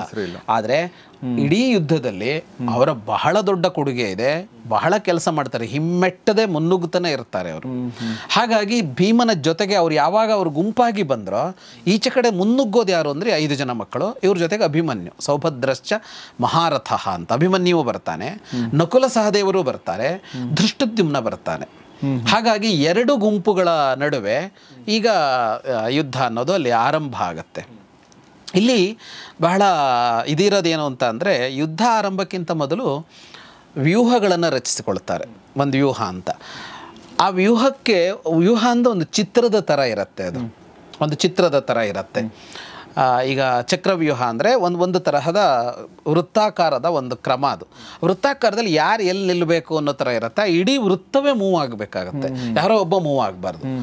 ಏನಂದರೆ ಶತ್ರು ಪಕ್ಷದವನು ಇದರೊಳಗಡೆ ನುಗ್ಗಿ ಬರಬಾರದು, ನುಗ್ಗೋದಕ್ಕೆ ಅವ್ನಿಗೆ ಅವಕಾಶ ಆಗಬಾರದು. ಇಡೀ ಸೈನ್ಯ ಹೀಗೆ ಹೋಗ್ತಾ ಇರಬೇಕು, ಆ ಥರ ಅನ್ನೋ ತರಹದ ವ್ಯೂಹದ ರಚನೆ ಅದು. ಆದರೆ ಎದುರು ಪಕ್ಷದವನ ಕೆಲಸ ಏನಿರುತ್ತೆ ಅಂದರೆ ಅವನು ಇವರ ವ್ಯೂಹ ಭಂಗ ಮಾಡೋದಕ್ಕೆ ಪ್ರಯತ್ನ ಪಡ್ತಾನೆ. ಅದಕ್ಕೆ ಅವನು ಏನು ಮಾಡ್ತಾನೆ ಅಂದರೆ ಹೋಗಿ ಯಾರೋ ಒಬ್ಬನ ಮೇಲೆ ದಾಳಿ ಆರಂಭ ಮಾಡಿಬಿಡ್ತಾನೆ. ಈಗ ಉದಾಹರಣೆಗೆ ಭೀಮನ ಮೇಲೆ ಇಡೀ ತಂಡ ಹೋಗಿ ದಾಳಿ ಮಾಡ್ತಲ್ಲ, ಭೀಮನ ರಕ್ಷಣೆಗೆ ಅವರೆಲ್ಲ ಬರಬೇಕಾಯ್ತು. ಆಗ ಅವರೆಲ್ಲೋ ನಿತ್ಯ ಜಾಗದಿಂದ ಕದಲಬೇಕಾಯ್ತು ಅವರು. ಮತ್ತು ಹೀಗೆ ಬರುವಾಗ ಸಾಧಾರಣ ಅವರು ಒಬ್ಬರು ಬರಲ್ಲ, ಅವರ ಪಡೆಯೊಂದಿಗೆ ಬರೋದವರು. ಆಗ ಏನಾಗುತ್ತೆ, ಏಕಾಏಕಿ ವ್ಯೂಹ ಅನ್ನೋದು ಕದಲತ್ತೆ. ಇಷ್ಟು ವೀರರು ಈ ಕಡೆ ಬಂದಾಗ ಇನ್ನೆಲ್ಲೋ ಒಂದು ಕಡೆ ಒಳಗೆ ನುಗ್ಗೋಗಕ್ಕೆ ಬೇಕಾಗುವ ದುರ್ಬಲ ನಾಯಕತ್ವ ಅಲ್ಲಿ ಸಿಕ್ಕಿಬಿಡತ್ತೆ. ಅತ್ಯಂತ ವೀರರು ಇಲ್ಲಿ ಬಂದರೆ ಅಲ್ಲಿ ಯಾರೋ ಸಣ್ಣ ಸಣ್ಣ ವೀರರು ಇರ್ತಾರಲ್ಲ, ಅಲ್ಲಿಂದ ಇನ್ನೊಬ್ಬ ನಾಯಕ ಒಳಗೆ ನುಗ್ಗೋದಕ್ಕೆ ಪ್ರಯತ್ನ ಪಡ್ತಾನೆ. ಈ ತರಹದಲ್ಲಿ ಹೋಗುತ್ತೆ ಇದು. ಬಹಳ ತಂತ್ರ ಪ್ರತಿತಂತ್ರಗಳಿರುತ್ತೆ ಇಲ್ಲಿ. ಯಾರನ್ನು ಯಾ ಕಡೆ ಸೆಳಿಬೇಕು ಅನ್ನೋದು. ಯಾರೋ ಒಬ್ಬನ ಮೇಲೆ 5 ಜನ ಬಂದು ಕೂಡಲೇ ಈ ಕಡೆ ಇನ್ನೆಲ್ಲೋ ನುಗ್ಗೋ ಪ್ಲ್ಯಾನ್ ನಡೀತಾ ಇದೆ ಅಂತಲೇ ಅರ್ಥ ಅದು ಅಂತ. ಇದನ್ನು ಅವರು ಗಮನಿಸ್ತಾ ಇರ್ತಾರೆ. ಹಾಗಾಗಿ ಇಲ್ಲಿ ಮೊದಲಿಗೆ ಆರಂಭ ಆಗೋದು ಇವರಗಳ ನಡುವೆ, 2 ತಂಡಗಳ ನಡುವೆ ಆರಂಭ ಆಗತ್ತೆ. ಅಂದರೆ ಪ್ರಧಾನವಾಗಿ ಆರಂಭ ಆಗೋದೇ ಭೀಮ ದುರ್ಯೋಧನರ ಇಬ್ಬರಲ್ಲಿ, ಮತ್ತು ಯುದ್ಧ ಮುಗಿಯೋದು ಭೀಮ ದುರ್ಯೋಧನರಲ್ಲಿ. ಗದಾ ಯುದ್ಧದಲ್ಲಿ ಕೊನೆಗೆ ಯುದ್ಧ ಮುಗಿಯೋದು ಭೀಮ ದುರ್ಯೋಧನರಲ್ಲೇ. ಇದು ಈ ಇಡೀ ಕಥೆಯ ಆರಂಭ ಅಂತ ಹೋದ್ರೂ ನಾವು ಪಾಂಡವರು ಮತ್ತು ಕೌರವರ ನಡುವೆ ಮೊಟ್ಟ ಮೊದಲ ಅಸೂಯೆ ದ್ವೇಷ ಅಂತ ಹುಟ್ಕೊಂಡಿದ್ದು ಭೀಮ ದುರ್ಯೋಧನರ ನಡುವೆ. ಬಾಲ್ಯದ ಕಥೆಗಳನ್ನು ನೆನಪು ಮಾಡಿಕೊಂಡ್ರೆ ಅಲ್ಲಿ ಭೀಮನ ಮೇಲೆ ಸಿಟ್ಟು ಅವರಿಗೆಲ್ಲ. ಅಂದರೆ ಅವನಷ್ಟು ಬಲಶಾಲಿ ಆಗಿದ್ದ, ಎಲ್ಲದರಲ್ಲೂ ಗೆಲ್ತಿದ್ದ ಅಂತ ಆರಂಭ ಆಯ್ತಲ್ಲ, ಹೊಟ್ಟೆ ಉರಿ ಶುರುವಾಗಿದ್ದಲ್ಲ, ಅಲ್ಲೂ ಭೀಮ ದುರ್ಯೋಧನನೇ ಆರಂಭ ಆಗಿದ್ದು. ಈ ಯುದ್ಧ ಆರಂಭ ಆಗಿದ್ದು ಭೀಮ ದುರ್ಯೋಧನನೇ, ಯುದ್ಧ ಮುಕ್ತಾಯ ಆಗೋದು ಭೀಮ ದುರ್ಯೋಧನರಲ್ಲೇ. ಈ ಯುದ್ಧ ನಡೀತಾ ಇರುವಾಗ ಹೀಗೆ ಎರಡು ಗುಂಪುಗಳಲ್ಲಿ ಯುದ್ಧ ನಡೀತಲ್ಲ, ಉಳಿದವರು ಬಂದು ಸೇರ್ತಾ ಹೋಗ್ತಾರೆ. ಉಳಿದವ್ರು ಯಾರು ಅಂದರೆ ದುರ್ಯೋಧನನ ತಮ್ಮಂದ್ರುಗಳು ಬರ್ತಾರೆ ಆ ಕಡೆ, ಈ ಕಡೆ ಪಾಂಡವರು ಉಳಿದವರು ಸೇರ್ಕೋತಾರೆ. ಹೀಗೆ ಈ ಗುಂಪುಗಳು ಯುದ್ಧ ನಡೆಯುತ್ತೆ. ಒಂದು ಅದ್ಭುತವಾದ ಯುದ್ಧ ನಡೆಯುತ್ತೆ. ಅದು ಎಷ್ಟು ಚೆನ್ನಾಗಿ ಯುದ್ಧ ನಡೆಯುತ್ತೆ ಅಂತ ಅಂದರೆ ಉಳಿದ ರಾಜರುಗಳು ಪ್ರೇಕ್ಷಕರಾಗಿ ಬಿಟ್ಟರು ಅಂತ. ಅಂದರೆ ಎರಡೂ ಕಡೆಯಲ್ಲಿ ದ್ರೋಣರ ಶಿಷ್ಯರ ಯುದ್ಧ ನಡೀತಾ ಇತ್ತು. ಈ ದ್ರೋಣ ಶಿಷ್ಯರ ಲಾಘವಂ ದ್ರೋಣ ಶಿಷ್ಯಾಣಂ ಅಪಶ್ಯಂ ಭರತರ್ಷಭ, ಇವರನ್ನು ನೋಡ್ತಾ ನೋಡ್ತಾ ಅವರು ಮೈಮರೆತು ನಿಂತ್ಕೊಂಡ್ಬಿಟ್ರಂತೆ ಉಳಿದ ರಾಜರುಗಳು ಅಂತ. ಅಂದರೆ ದ್ರೋಣಾಚಾರ್ಯರು ಎಂತಹ ಗುರುಗಳಾಗಿದ್ದರು ಅಂತ. ಉಳಿದವರು ರಾಜರುಗಳು ವೀರರೇ, ಯೋಧರೇ, ಆದರೆ ಇವರು ಯುದ್ಧ ಮಾಡ್ತಾ ಇದ್ರು ಅಂತ ಅಂದರೆ ಅವರಿಗೆ ನಿಂತು ನೋಡೋಣ ಅನಿಸುವಂತೆ ಆಗ್ಬಿಡ್ತಾ ಇತ್ತು ಅಂತ. ಅಂಥ ಗುರುಗಳಾಗಿದ್ದರು ಅಂತ. ಹಾಗಾಗಿ ದ್ರೋಣಾಚಾರ್ಯರಲ್ಲೆಲ್ಲೋ ಹಿಂದ್ಗಡೆ ನಿಂತಿದ್ದಾರೆ. ಅವರಿಬ್ಬರು ಶಿಷ್ಯರುಗಳು, ಅವರ ಎರಡು ಕಡೆ ಇದ್ದ ಅವರ ಶಿಷ್ಯರುಗಳಲ್ಲಿ ನಡೆಯುತ್ತೆ. ಹಾಗಾಗಿ ಪ್ರೇಕ್ಷಕರಾಗಿ ಒಂದಿಷ್ಟು ಹೊತ್ತು ನಿಂತು ನೋಡ್ತಾ ಹೋಗ್ತಾರೆ. ಹೀಗೆ ಯುದ್ಧ ನಡೀತಾ ಇರುವಾಗ ಅವರು ಪ್ರೇಕ್ಷಕರಾಗಿ ನಿಂತಿದ್ದನ್ನು ನೋಡಿದ ದುರ್ಯೋಧನ ತನ್ನ ಕಡೆಯ ರಾಜರುಗಳಿಗೆ ಆದೇಶ ಕೊಡ್ತಾನೆ, ಮುನ್ನುಗ್ಗಿ ಅಂತ ಒಂದು ಆದೇಶ ಕೊಡ್ತಾನೆ. ಆಗ ಅವರು ಎಚ್ಚರಾಗಿ ಮುನ್ನುಗ್ಗುತ್ತಾರೆ. ಈ ಕಡೆ ಯುಧಿಷ್ಠಿರನು ಆದೇಶ ಕೊಡ್ತಾನೆ. ಹಾಗಾಗಿ ಸಾವಿರ ರಾಜರುಗಳ ನಡುವೆ ಯುದ್ಧ ಆರಂಭ ಆಗುತ್ತೆ. ಮೊದಲ ಯುದ್ಧ ಪೂರ್ಣ ಪ್ರಮಾಣದಲ್ಲಿ ಒಂದು ಯುದ್ಧ ಆರಂಭ ಆಗುತ್ತೆ. ಪೂರ್ಣ ಪ್ರಮಾಣದ ಯುದ್ಧ ಆರಂಭ ಆಗ್ತಾ ಇದ್ದಾಗ ಸೂರ್ಯ ಮರ್ಯಾದ ಅಂತ ವ್ಯಾಸರು ವರ್ಣಿಸ್ತಾರೆ. ಸೂರ್ಯ ಮರ್ಯಾದ ಅಂದರೆ ಎದ್ದ ಧೂಳಿಗೆ, ಅಲ್ಲಿ ಎದ್ದ ಧೂಳಿಗೆ ಕತ್ತಲಾವರಿಸುವಷ್ಟು ಆಗಿಬಿಡ್ತು ಅಂತ, ಏನೂ ಕಾಣಲ್ಲ ಅನ್ನುವಷ್ಟು ಅಲ್ಲಿ ನಡೀತು ಅಂತ. ಹೀಗೆ ಮೊದಲ ಯುದ್ಧ ಆರಂಭ ಆಯಿತು. ಆದರೆ ಇಷ್ಟೂ ಯುದ್ಧ ನಡೀತಾ ಇದ್ದರು ಅತ್ಯಂತ ತೇಜಃಪುಂಜನಾಗಿ ಕಾಣಿಸ್ಕೊಳ್ತಾ ಇದ್ದಿದ್ದು ಭೀಷ್ಮ ಆಗಿದ್ದ. ಇಷ್ಟರ ನಡುವೆನೂ ಭೀಷ್ಮನೇ ಕಾಣಿಸಿಕೊಳ್ತಾ ಇದ್ದ ಅಂತ. ಭೀಷ್ಮ ಇದ್ದಿದ್ದು ಹಾಗೇನೆ, ಅವನು ಬಿಳಿ ಬಣ್ಣದಲ್ಲಿದ್ದ, ಶ್ವೇತವರ್ಣ, ಬಿಳಿಯ ಕೂದಲು ಗಡ್ಡಗಳು, ಅವನ ಬಟ್ಟೆಯೂ ಬಿಳಿ, ಅವನ ರಥವೂ ಹಾಗಿತ್ತು. ಅಷ್ಟು ಜನರಲ್ಲಿ ಅವನೇ ವಿಶಿಷ್ಟವಾಗಿ ಕಾಣಿಸ್ಕೊಳ್ತಾ ಇದ್ದ, ಇಷ್ಟು ಮಹಾವೀರರಲ್ಲಿ ಅಂತ. ಇದು ಮೊದಲ ದಿನದ ಮೊದಲ ಯುದ್ಧ ಆರಂಭವಾದ ಇದು. ಬಟ್ ಇಲ್ಲಿ ಯಾರು ಸಾಯಲ್ಲ, ಇಲ್ಲ, ಇನ್ನು ಶುರು ಅಷ್ಟೇ, ಇನ್ನು ಮುಂದುವರಿಬೇಕಿದೆ. ಓಕೆ. ಅಥವಾ ಇಲ್ಲಿ ಯಾರೋ ಸತ್ರು ಕೂಡ ಅದು ಅಂದರೆ ಸೈನಿಕರು ಯಾರೋ ಕಾಲಾಳುಗಳು ಸತ್ತಿರೋ ಸಾಧ್ಯತೆನೂ ಸತ್ತಿರ್ತಾರೆ, ಖಂಡಿತ ಸತ್ತಿರ್ತಾರೆ. ಅದು ಸತ್ತಿರ್ತಾರೆ. ಅಂದರೆ ಪ್ರಸ್ತಾಪ ಮಾಡೋಷ್ಟು ಸೀರಿಯಸ್ ಇಲ್ಲದೆ ಇರುವಂಥದ್ದು ಘಟನೆಗಳ ಇನ್ನು ಮುಂದೆ ಪ್ರಸ್ತಾಪ ಮಾಡ್ತಾರಷ್ಟೇ. ಶುರುವಾಯಿತು ಅಂತ ಮಾತ್ರ ಹೇಳಿದ್ರು, ಮುಂದುವರಿಸ್ತಾ ಏನೇನಾಯಿತು ಅಂತ ಹೇಳ್ತಾ ಹೋಗ್ತಾರೆ. Okay, nice. ಸೊ ಇದು ಯುದ್ಧದ ಒಂದು ಪರಿಕಲ್ಪನೆ. ನಾವು ಅಂದರೆ ನಾವು ಅಂದ್ಕೊಂಡೋದಕ್ಕಿಂತ ಸ್ವಲ್ಪ ಬೇರೆ ಬೇರೆ ಥರ ಅನಿಸ್ತಾ ಹೋಗುತ್ತೆ. ಆಮೇಲೆ ನಿಂತು ನೋಡ್ತಾ ಇದ್ರು ಅಂತಂದಾಗ ಮ್ಯಾಚ್ ನನಗೆ ಬರುತ್ತೆ. ಈಗ ವಿರಾಟ್ ಕೊಹ್ಲಿ ತುಂಬ ಚೆನ್ನಾಗಿ ಆಡ್ತಿರ್ಬೇಕಾದ್ರೆ ಪಾಕಿಸ್ತಾನದ ಕೋಚ್ ನೋಡ್ತಾ ನಿಂತ್ಕೋಬಹುದು ಸುಮ್ಮನೆ, ನನಗೆ ಹಂಗೆ ಅನಿಸ್ತು ಅಲ್ವಾ, ಎಷ್ಟು ಚೆನ್ನಾಗಿ ಆಡ್ತಾ ಇದ್ದಾನೆ ಅಂತ ಹೇಳಿ. ಅಥವಾ ಇಂಡಿಯನ್ ಕೋಚ್ ನೋಡ್ಬೋದು. ಸೊ ಹಾಗೆ ನಮಗೆ ಯುದ್ಧ ಅನ್ನೋದು ಅಫ್ಕೋರ್ಸ್ ಅದರಲ್ಲಿ ಕೊಲ್ಲೋದೇ ಮುಖ್ಯ, ಗೆಲ್ಲೋದೇ ಮುಖ್ಯ, ಆದರೂ ಕೂಡ ಅದಕ್ಕೊಂದು ಕಲೆಯ ಒಂದು ಸ್ವರೂಪ, ಅದಕ್ಕೊಂದು ಆಟದ ಒಂದು ಸ್ವರೂಪ ಕೂಡ ಇದೆ ಅಂತ. ಯಾಕಂದರೆ ಅದು ನಿಯಮಬದ್ಧವಾಗಿ ನಡೀತಿತ್ತು, ಅದು ತುಂಬ ಮುಖ್ಯ ಅಂತ ಅನ್ಸುತ್ತೆ ನಮಗೆ ಅಲ್ವಾ. ನಿಯಮಬದ್ಧವಾಗಿ ಹೋಗ್ತಿತ್ತು, ಮಧ್ಯ ನಿಯಮ ಮೀರ್ತಿದ್ರು, ಆಫ್ಕೋರ್ಸ್ ಅದು ಆಗಲೇಬೇಕಲ್ಲ. ಸೊ ನಾನು ಮುಗೀತು ಅನ್ಕೊಂಡಿದ್ದೆ, ಬಟ್ ಮುಗ್ದಿಲ್ಲ.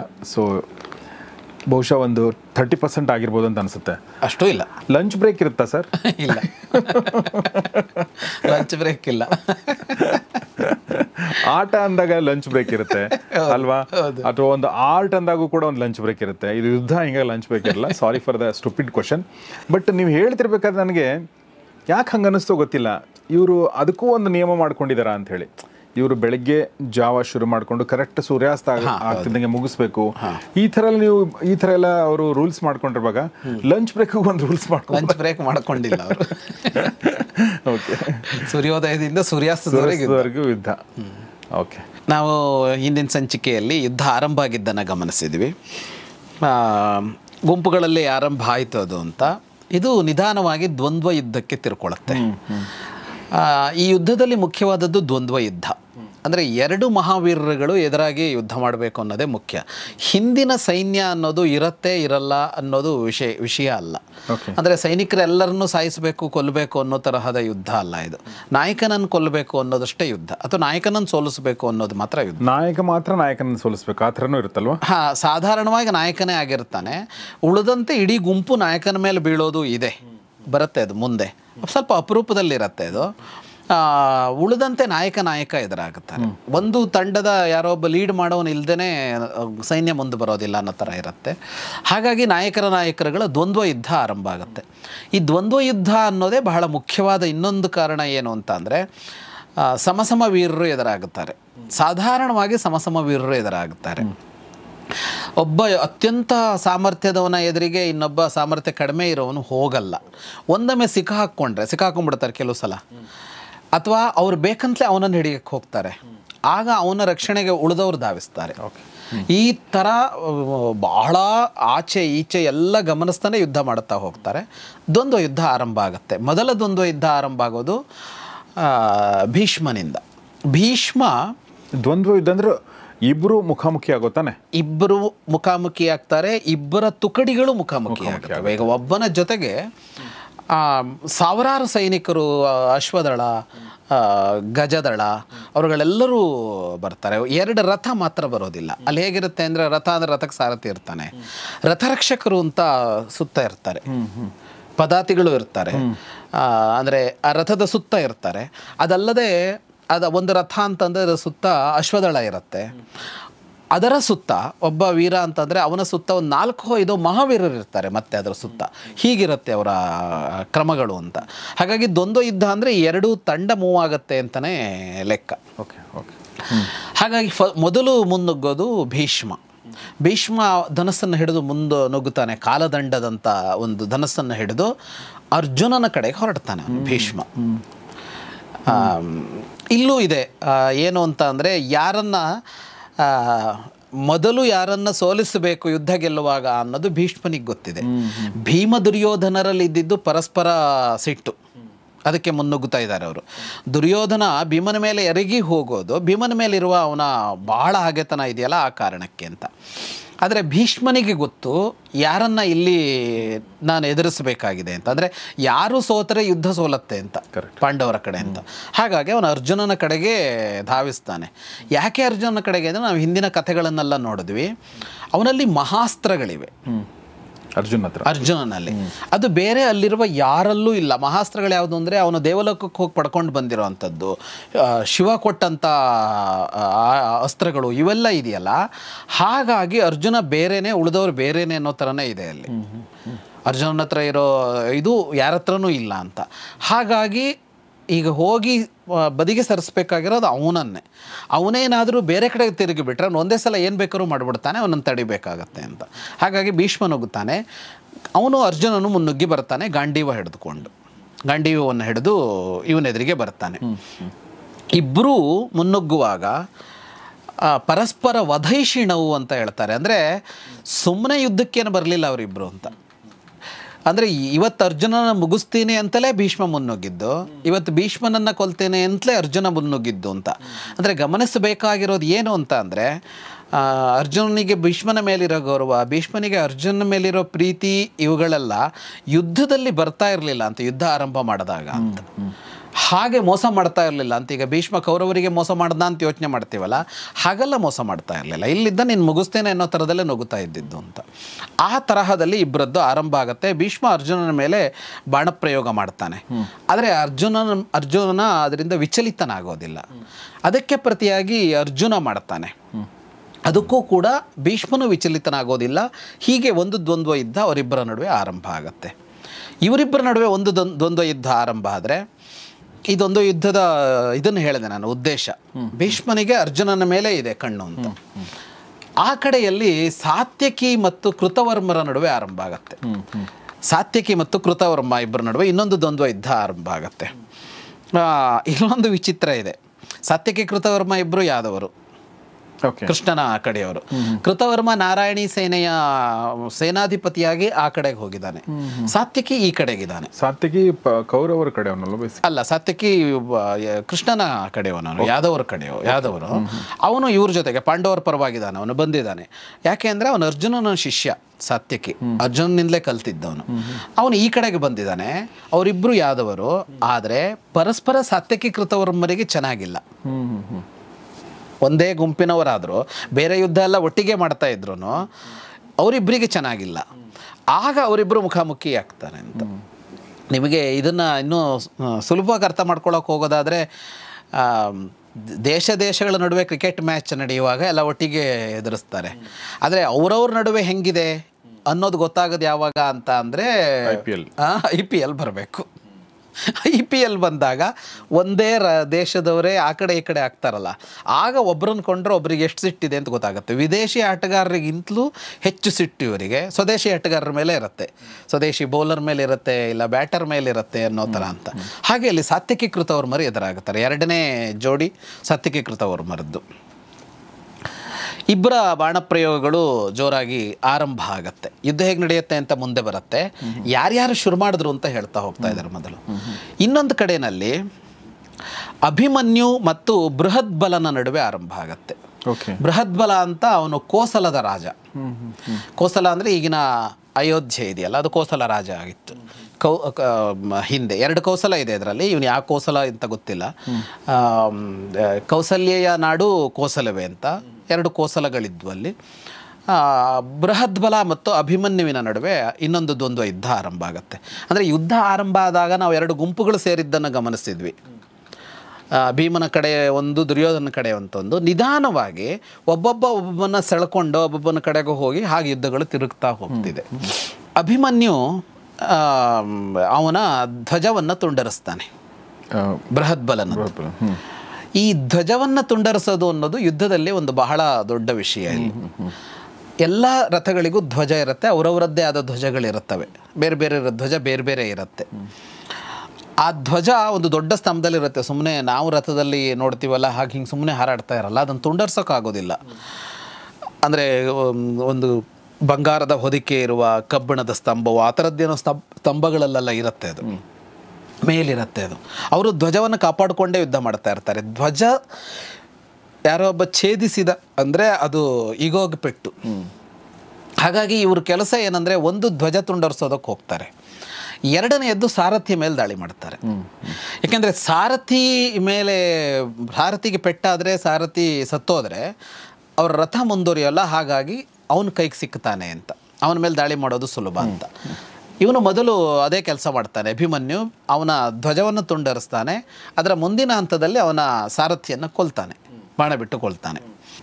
ಅಲ್ಲ, ನಾನು ಹಿಂದೆ ಮುಂದೆ ಹೇಳಿದೆ, ಬೃಹದ್ಬಲ ಈ ಕೆಲಸ ಮಾಡ್ತಾನೆ. ಅಭಿಮನ್ಯುವಿನ ಸಾರಥಿಯನ್ನು, ಅಭಿಮನ್ಯುವಿನ ಧ್ವಜವನ್ನು ತುಂಡರಿಸ್ತಾನೆ. ಇದಕ್ಕೆ ಸಿಟ್ಟಾದ ಅಭಿಮನ್ಯು ಇದನ್ನೇ ಅವನಿಗೆ ವಾಪಸ್ ಮಾಡ್ತಾನೆ, ಅವನ ಧ್ವಜವನ್ನು ತುಂಡರಿಸ್ತಾನೆ. ಹೀಗೆ ಅವರಿಬ್ಬರ ನಡುವೆ ಘೋರವಾದ ದ್ವಂದ್ವ ಯುದ್ಧ ಆರಂಭ ಆಗತ್ತೆ. ಇನ್ನೊಂದು ದ್ವಂದ್ವ ಯುದ್ಧ ಆರಂಭ ಆಗೋದು ಭೀಮ ದುರ್ಯೋಧನರ ನಡುವೆ. ಈಗಲೇ ಫಸ್ಟೇನೆ. ಹೌದೌದು. ಮಾನಿನಂ ಸಮರೇ ದೃಪ್ತಂ ಕೃತವೈರಂ ಮಹಾರಥಂ ಭೀಮಸೇನ ಸ್ತವಸುತಂ ದುರ್ಯೋಧನ ಮಯೋಜಯತ್ ಅಂತ. ಅಂದರೆ ಭೀಮನೇ ದುರ್ಯೋಧನನ ಮೇಲೆ ಆಕ್ರಮಣ ಮಾಡದ ಅಂತ. ಅದನ್ನು ಹೇಳುವಾಗ ಅಭಿಮಾನಿಯಾದ ಭೀಮ ಮತ್ತು ಕೃತವೈರಂ ಅಂತ, ದುರ್ಯೋಧನನ ಮೇಲೆ ಅಷ್ಟು ದ್ವೇಷ ಇದೆ ಅವನಿಗೆ ಅಂತ.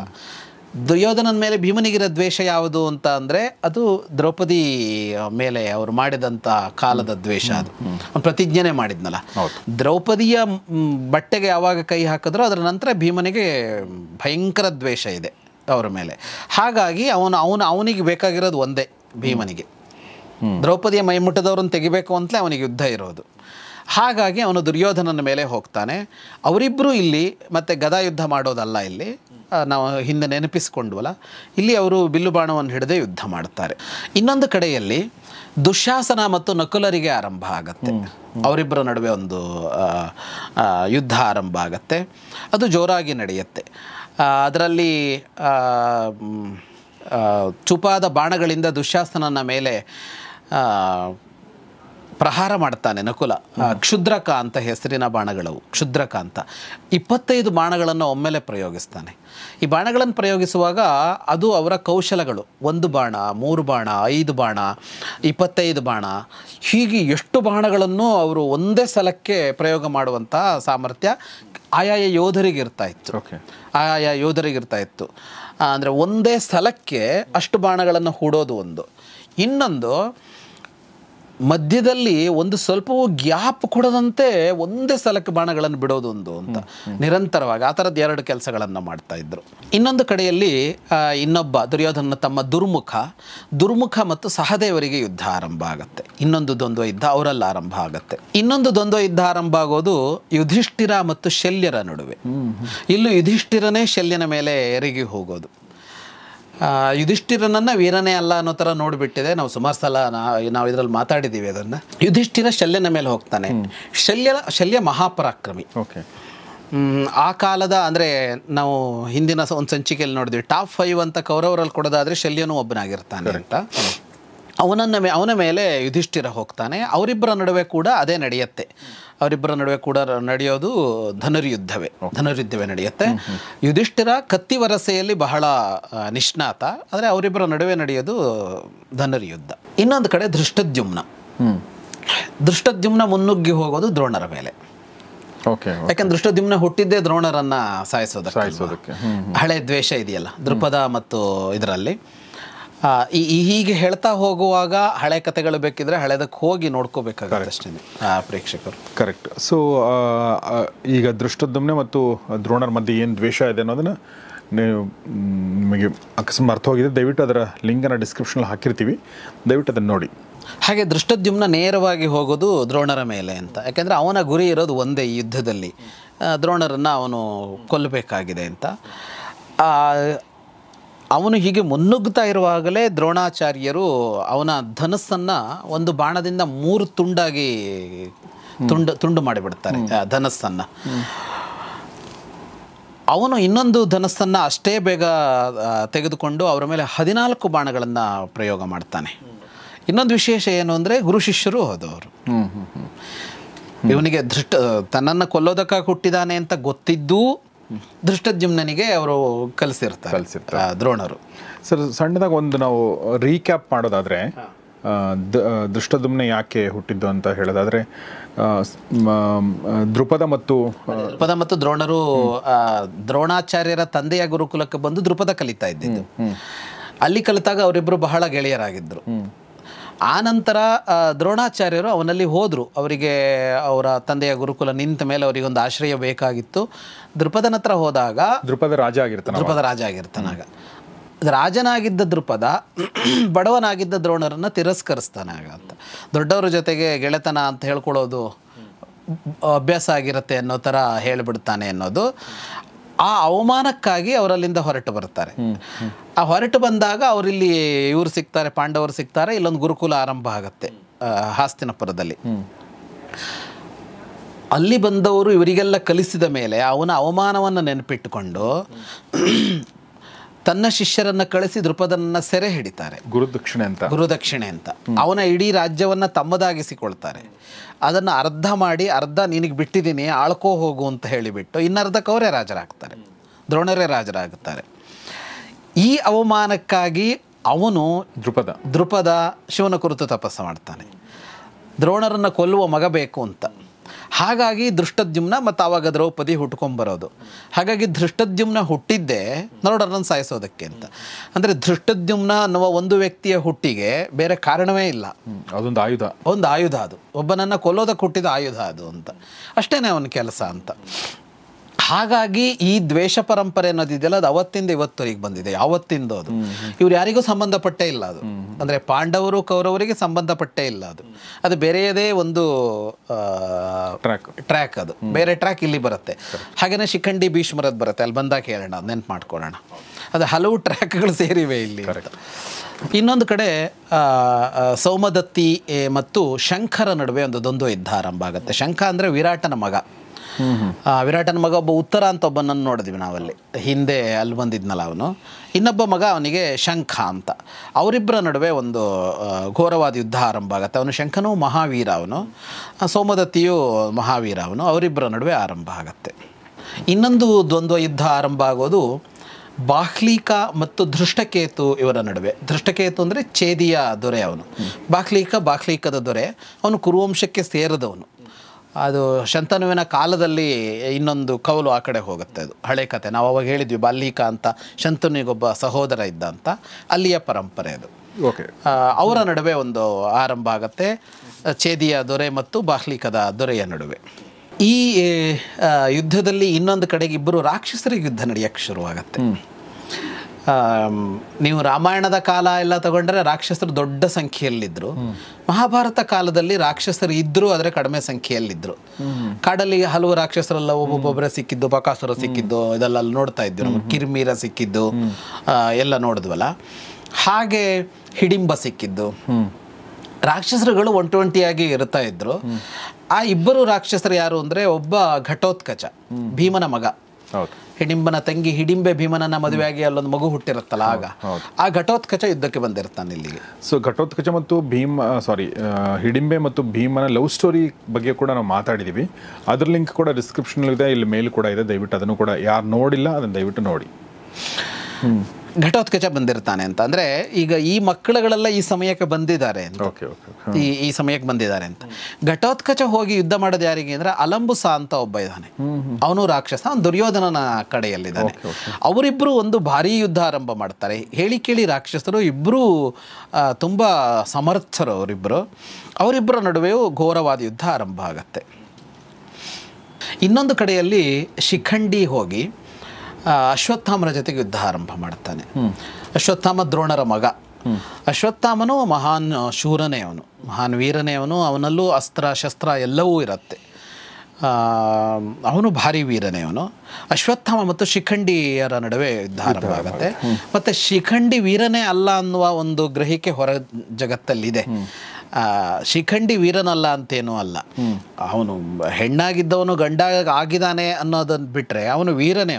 ಯಾಕೆಂದರೆ ಅವನು ಹೆಣ್ಣಾಗಿ ಹುಟ್ಟಿದಾಗಲೇ ಯುದ್ಧ ವಿದ್ಯೆ ಕಲ್ತವನು. ಮಹಾವೀರ. ಭೀಷ್ಮನಷ್ಟಲ್ಲ ಅಂತ ಮಾತ್ರ. ಭೀಷ್ಮನ ಎದುರು ಹೋರಾಡೋದಕ್ಕಲ್ಲ ಅನ್ನೋದು ಬಿಟ್ಟರೆ ಅವನು ಏನೂ ಅಲ್ಲ ಅಂತ ಅಲ್ಲ. ಹಾಗಾಗಿ ಅಶ್ವತ್ಥಾಮ ಮತ್ತು ಶಿಖಂಡಿಯ ನಡುವೆ ಇನ್ನೊಂದು ದ್ವಂದ್ವ ಯುದ್ಧ ಆರಂಭ ಆಗತ್ತೆ. ಇನ್ನೊಂದು ಕಡೆಯಲ್ಲಿ ಇಬ್ಬರು ವೃದ್ಧರ ಯುದ್ಧ ನಡೆಯುತ್ತೆ, ಭಗದತ್ತ ಮತ್ತು ವಿರಾಟ. ವಿರಾಟ ಅಂದರೆ ಪಾಂಡವರು ಅಜ್ಞಾತವಾಸದಲ್ಲಿದ್ದರಲ್ಲ, ವಿರಾಟ ನಗರ, ಅಲ್ಲಿಯ ದೊರೆ ವಿರಾಟ.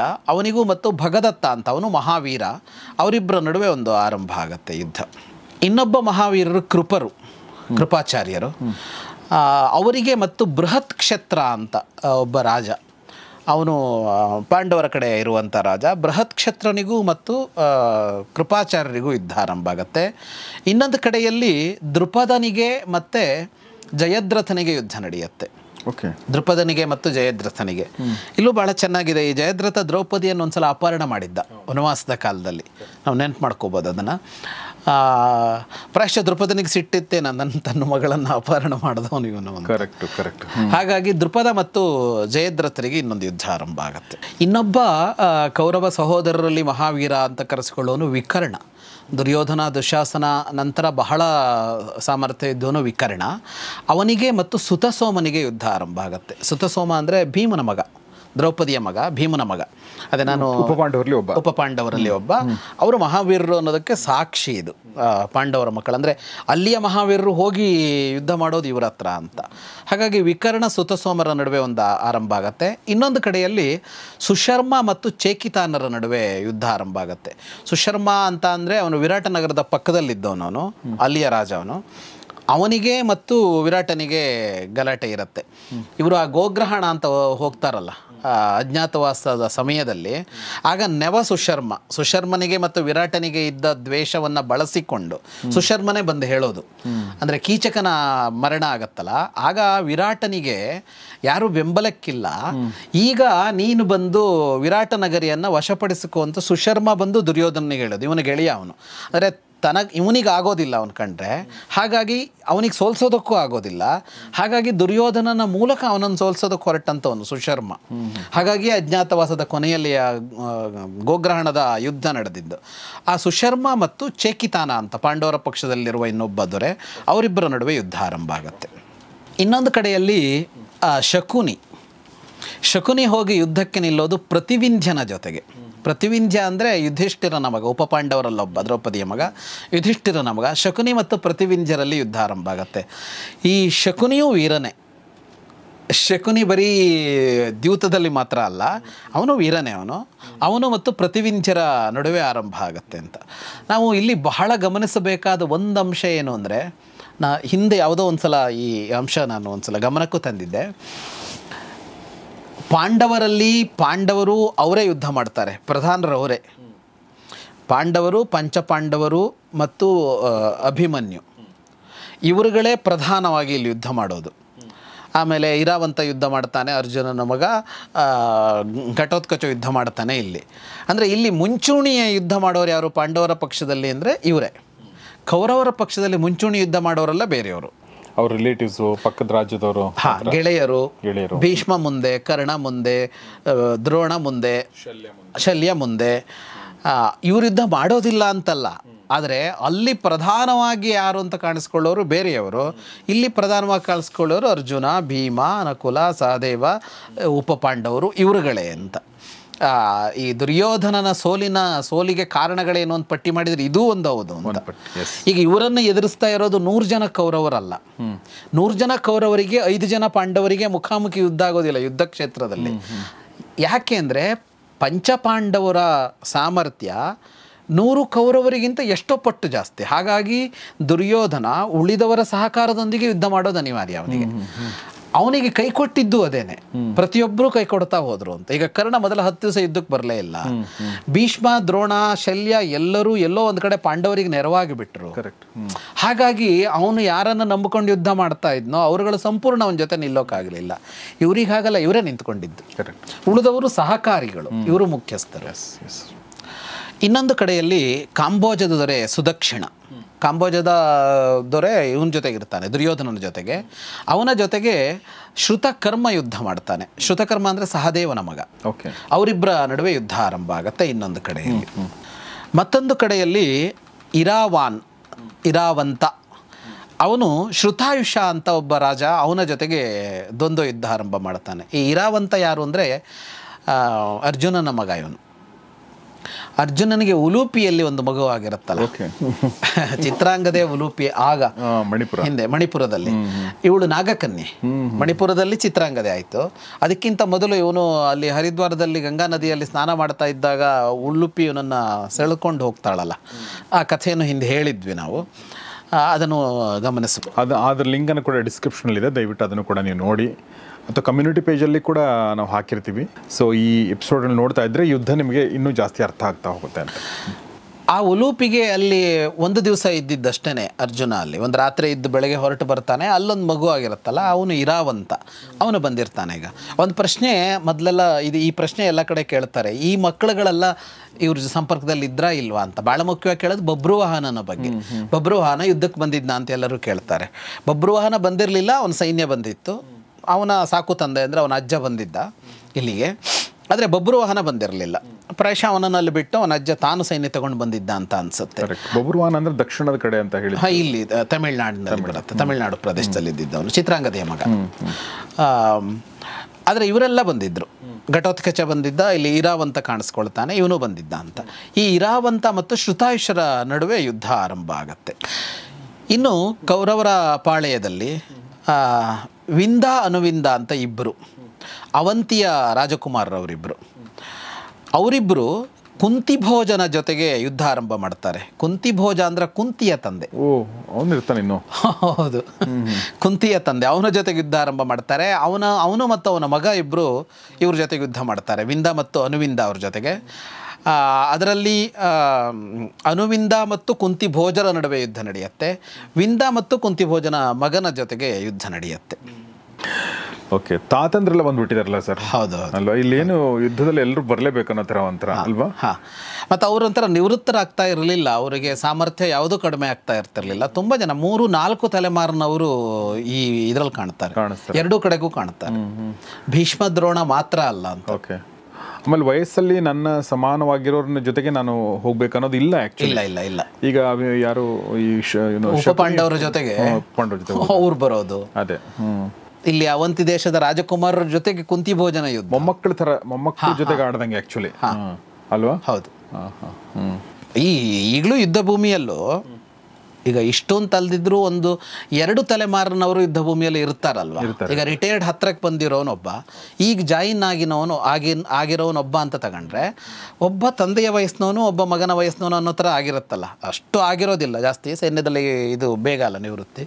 ಆದ್ರೂ ಆ 2 ತಲೆಮಾರಿನ ಜನಗಳಲ್ಲಿ ಇರ್ತಾರೆ, ಅವ್ರು ಎದುರು ಬೆದರಾಗ್ತಾರೆ. ಇಲ್ಲಿ ಇನ್ನೂ ಜಾಸ್ತಿ ಇದು ಕಾಣಿಸುತ್ತೆ. ಆಮೇಲೆ ಯುದ್ಧ ಮಾಡದೇ ಇರೋರು ಯಾರೂ ಇಲ್ಲ ಅಂತ ಅನ್ಸುತ್ತಲ್ಲ. ಆಗ ಅಲ್ಲಿ ಯುದ್ಧಕ್ಕೆ ಹೋಗದೆ ಇರೋರು ಯಾರೂ ಇಲ್ಲ ಅನ್ನೋ ಥರನೇ ಆಗ್ಬಿಟ್ಟಿತ್ತು, ಎಲ್ಲರೂ ಯುದ್ಧಕ್ಕೆ ಹೋಗ್ಬಿಟ್ಟಿತ್ತು. ಅದು ಜಾಗತಿಕವಾಗಿ ಯುದ್ಧ ಅನ್ನೋದು ಒಂಥರದ ಹವಾ ಎಬ್ಸುತ್ತದು. ಈಗ ವಿಶ್ವ ಯುದ್ಧಗಳಾಗತ್ತಲ್ಲ, ಇದು ಇಲ್ಲಿ 2 ಆಯ್ತಲ್ಲ, ಮೊದಲನೇ ಮಹಾಯುದ್ಧ, 2ನೇ ವಿಶ್ವ ಮಹಾಯುದ್ಧ, 3ನೇದು ಆಗತ್ತಾ ಅಂತ ಕಾತ್ಕೊಂಡು ಕುಳಿತುಕೊಂಡಿದ್ದೀವಲ್ಲ ನಾವು.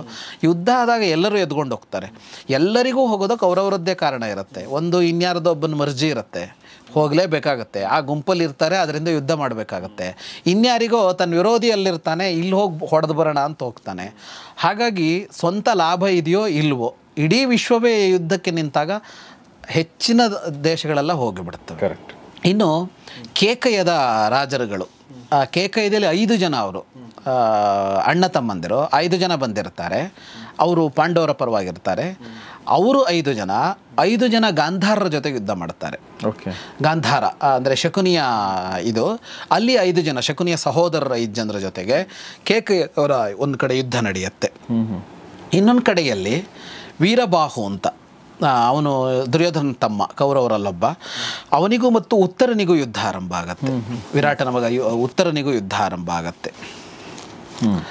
ಇನ್ನೊಂದು ಕಡೆ ಛೇದಿಯ ದೊರೆಗೂ ಉಲೂಕನಿಗೂ ದ್ವಂದ್ವ ಯುದ್ಧ ಆರಂಭ ಆಗತ್ತೆ.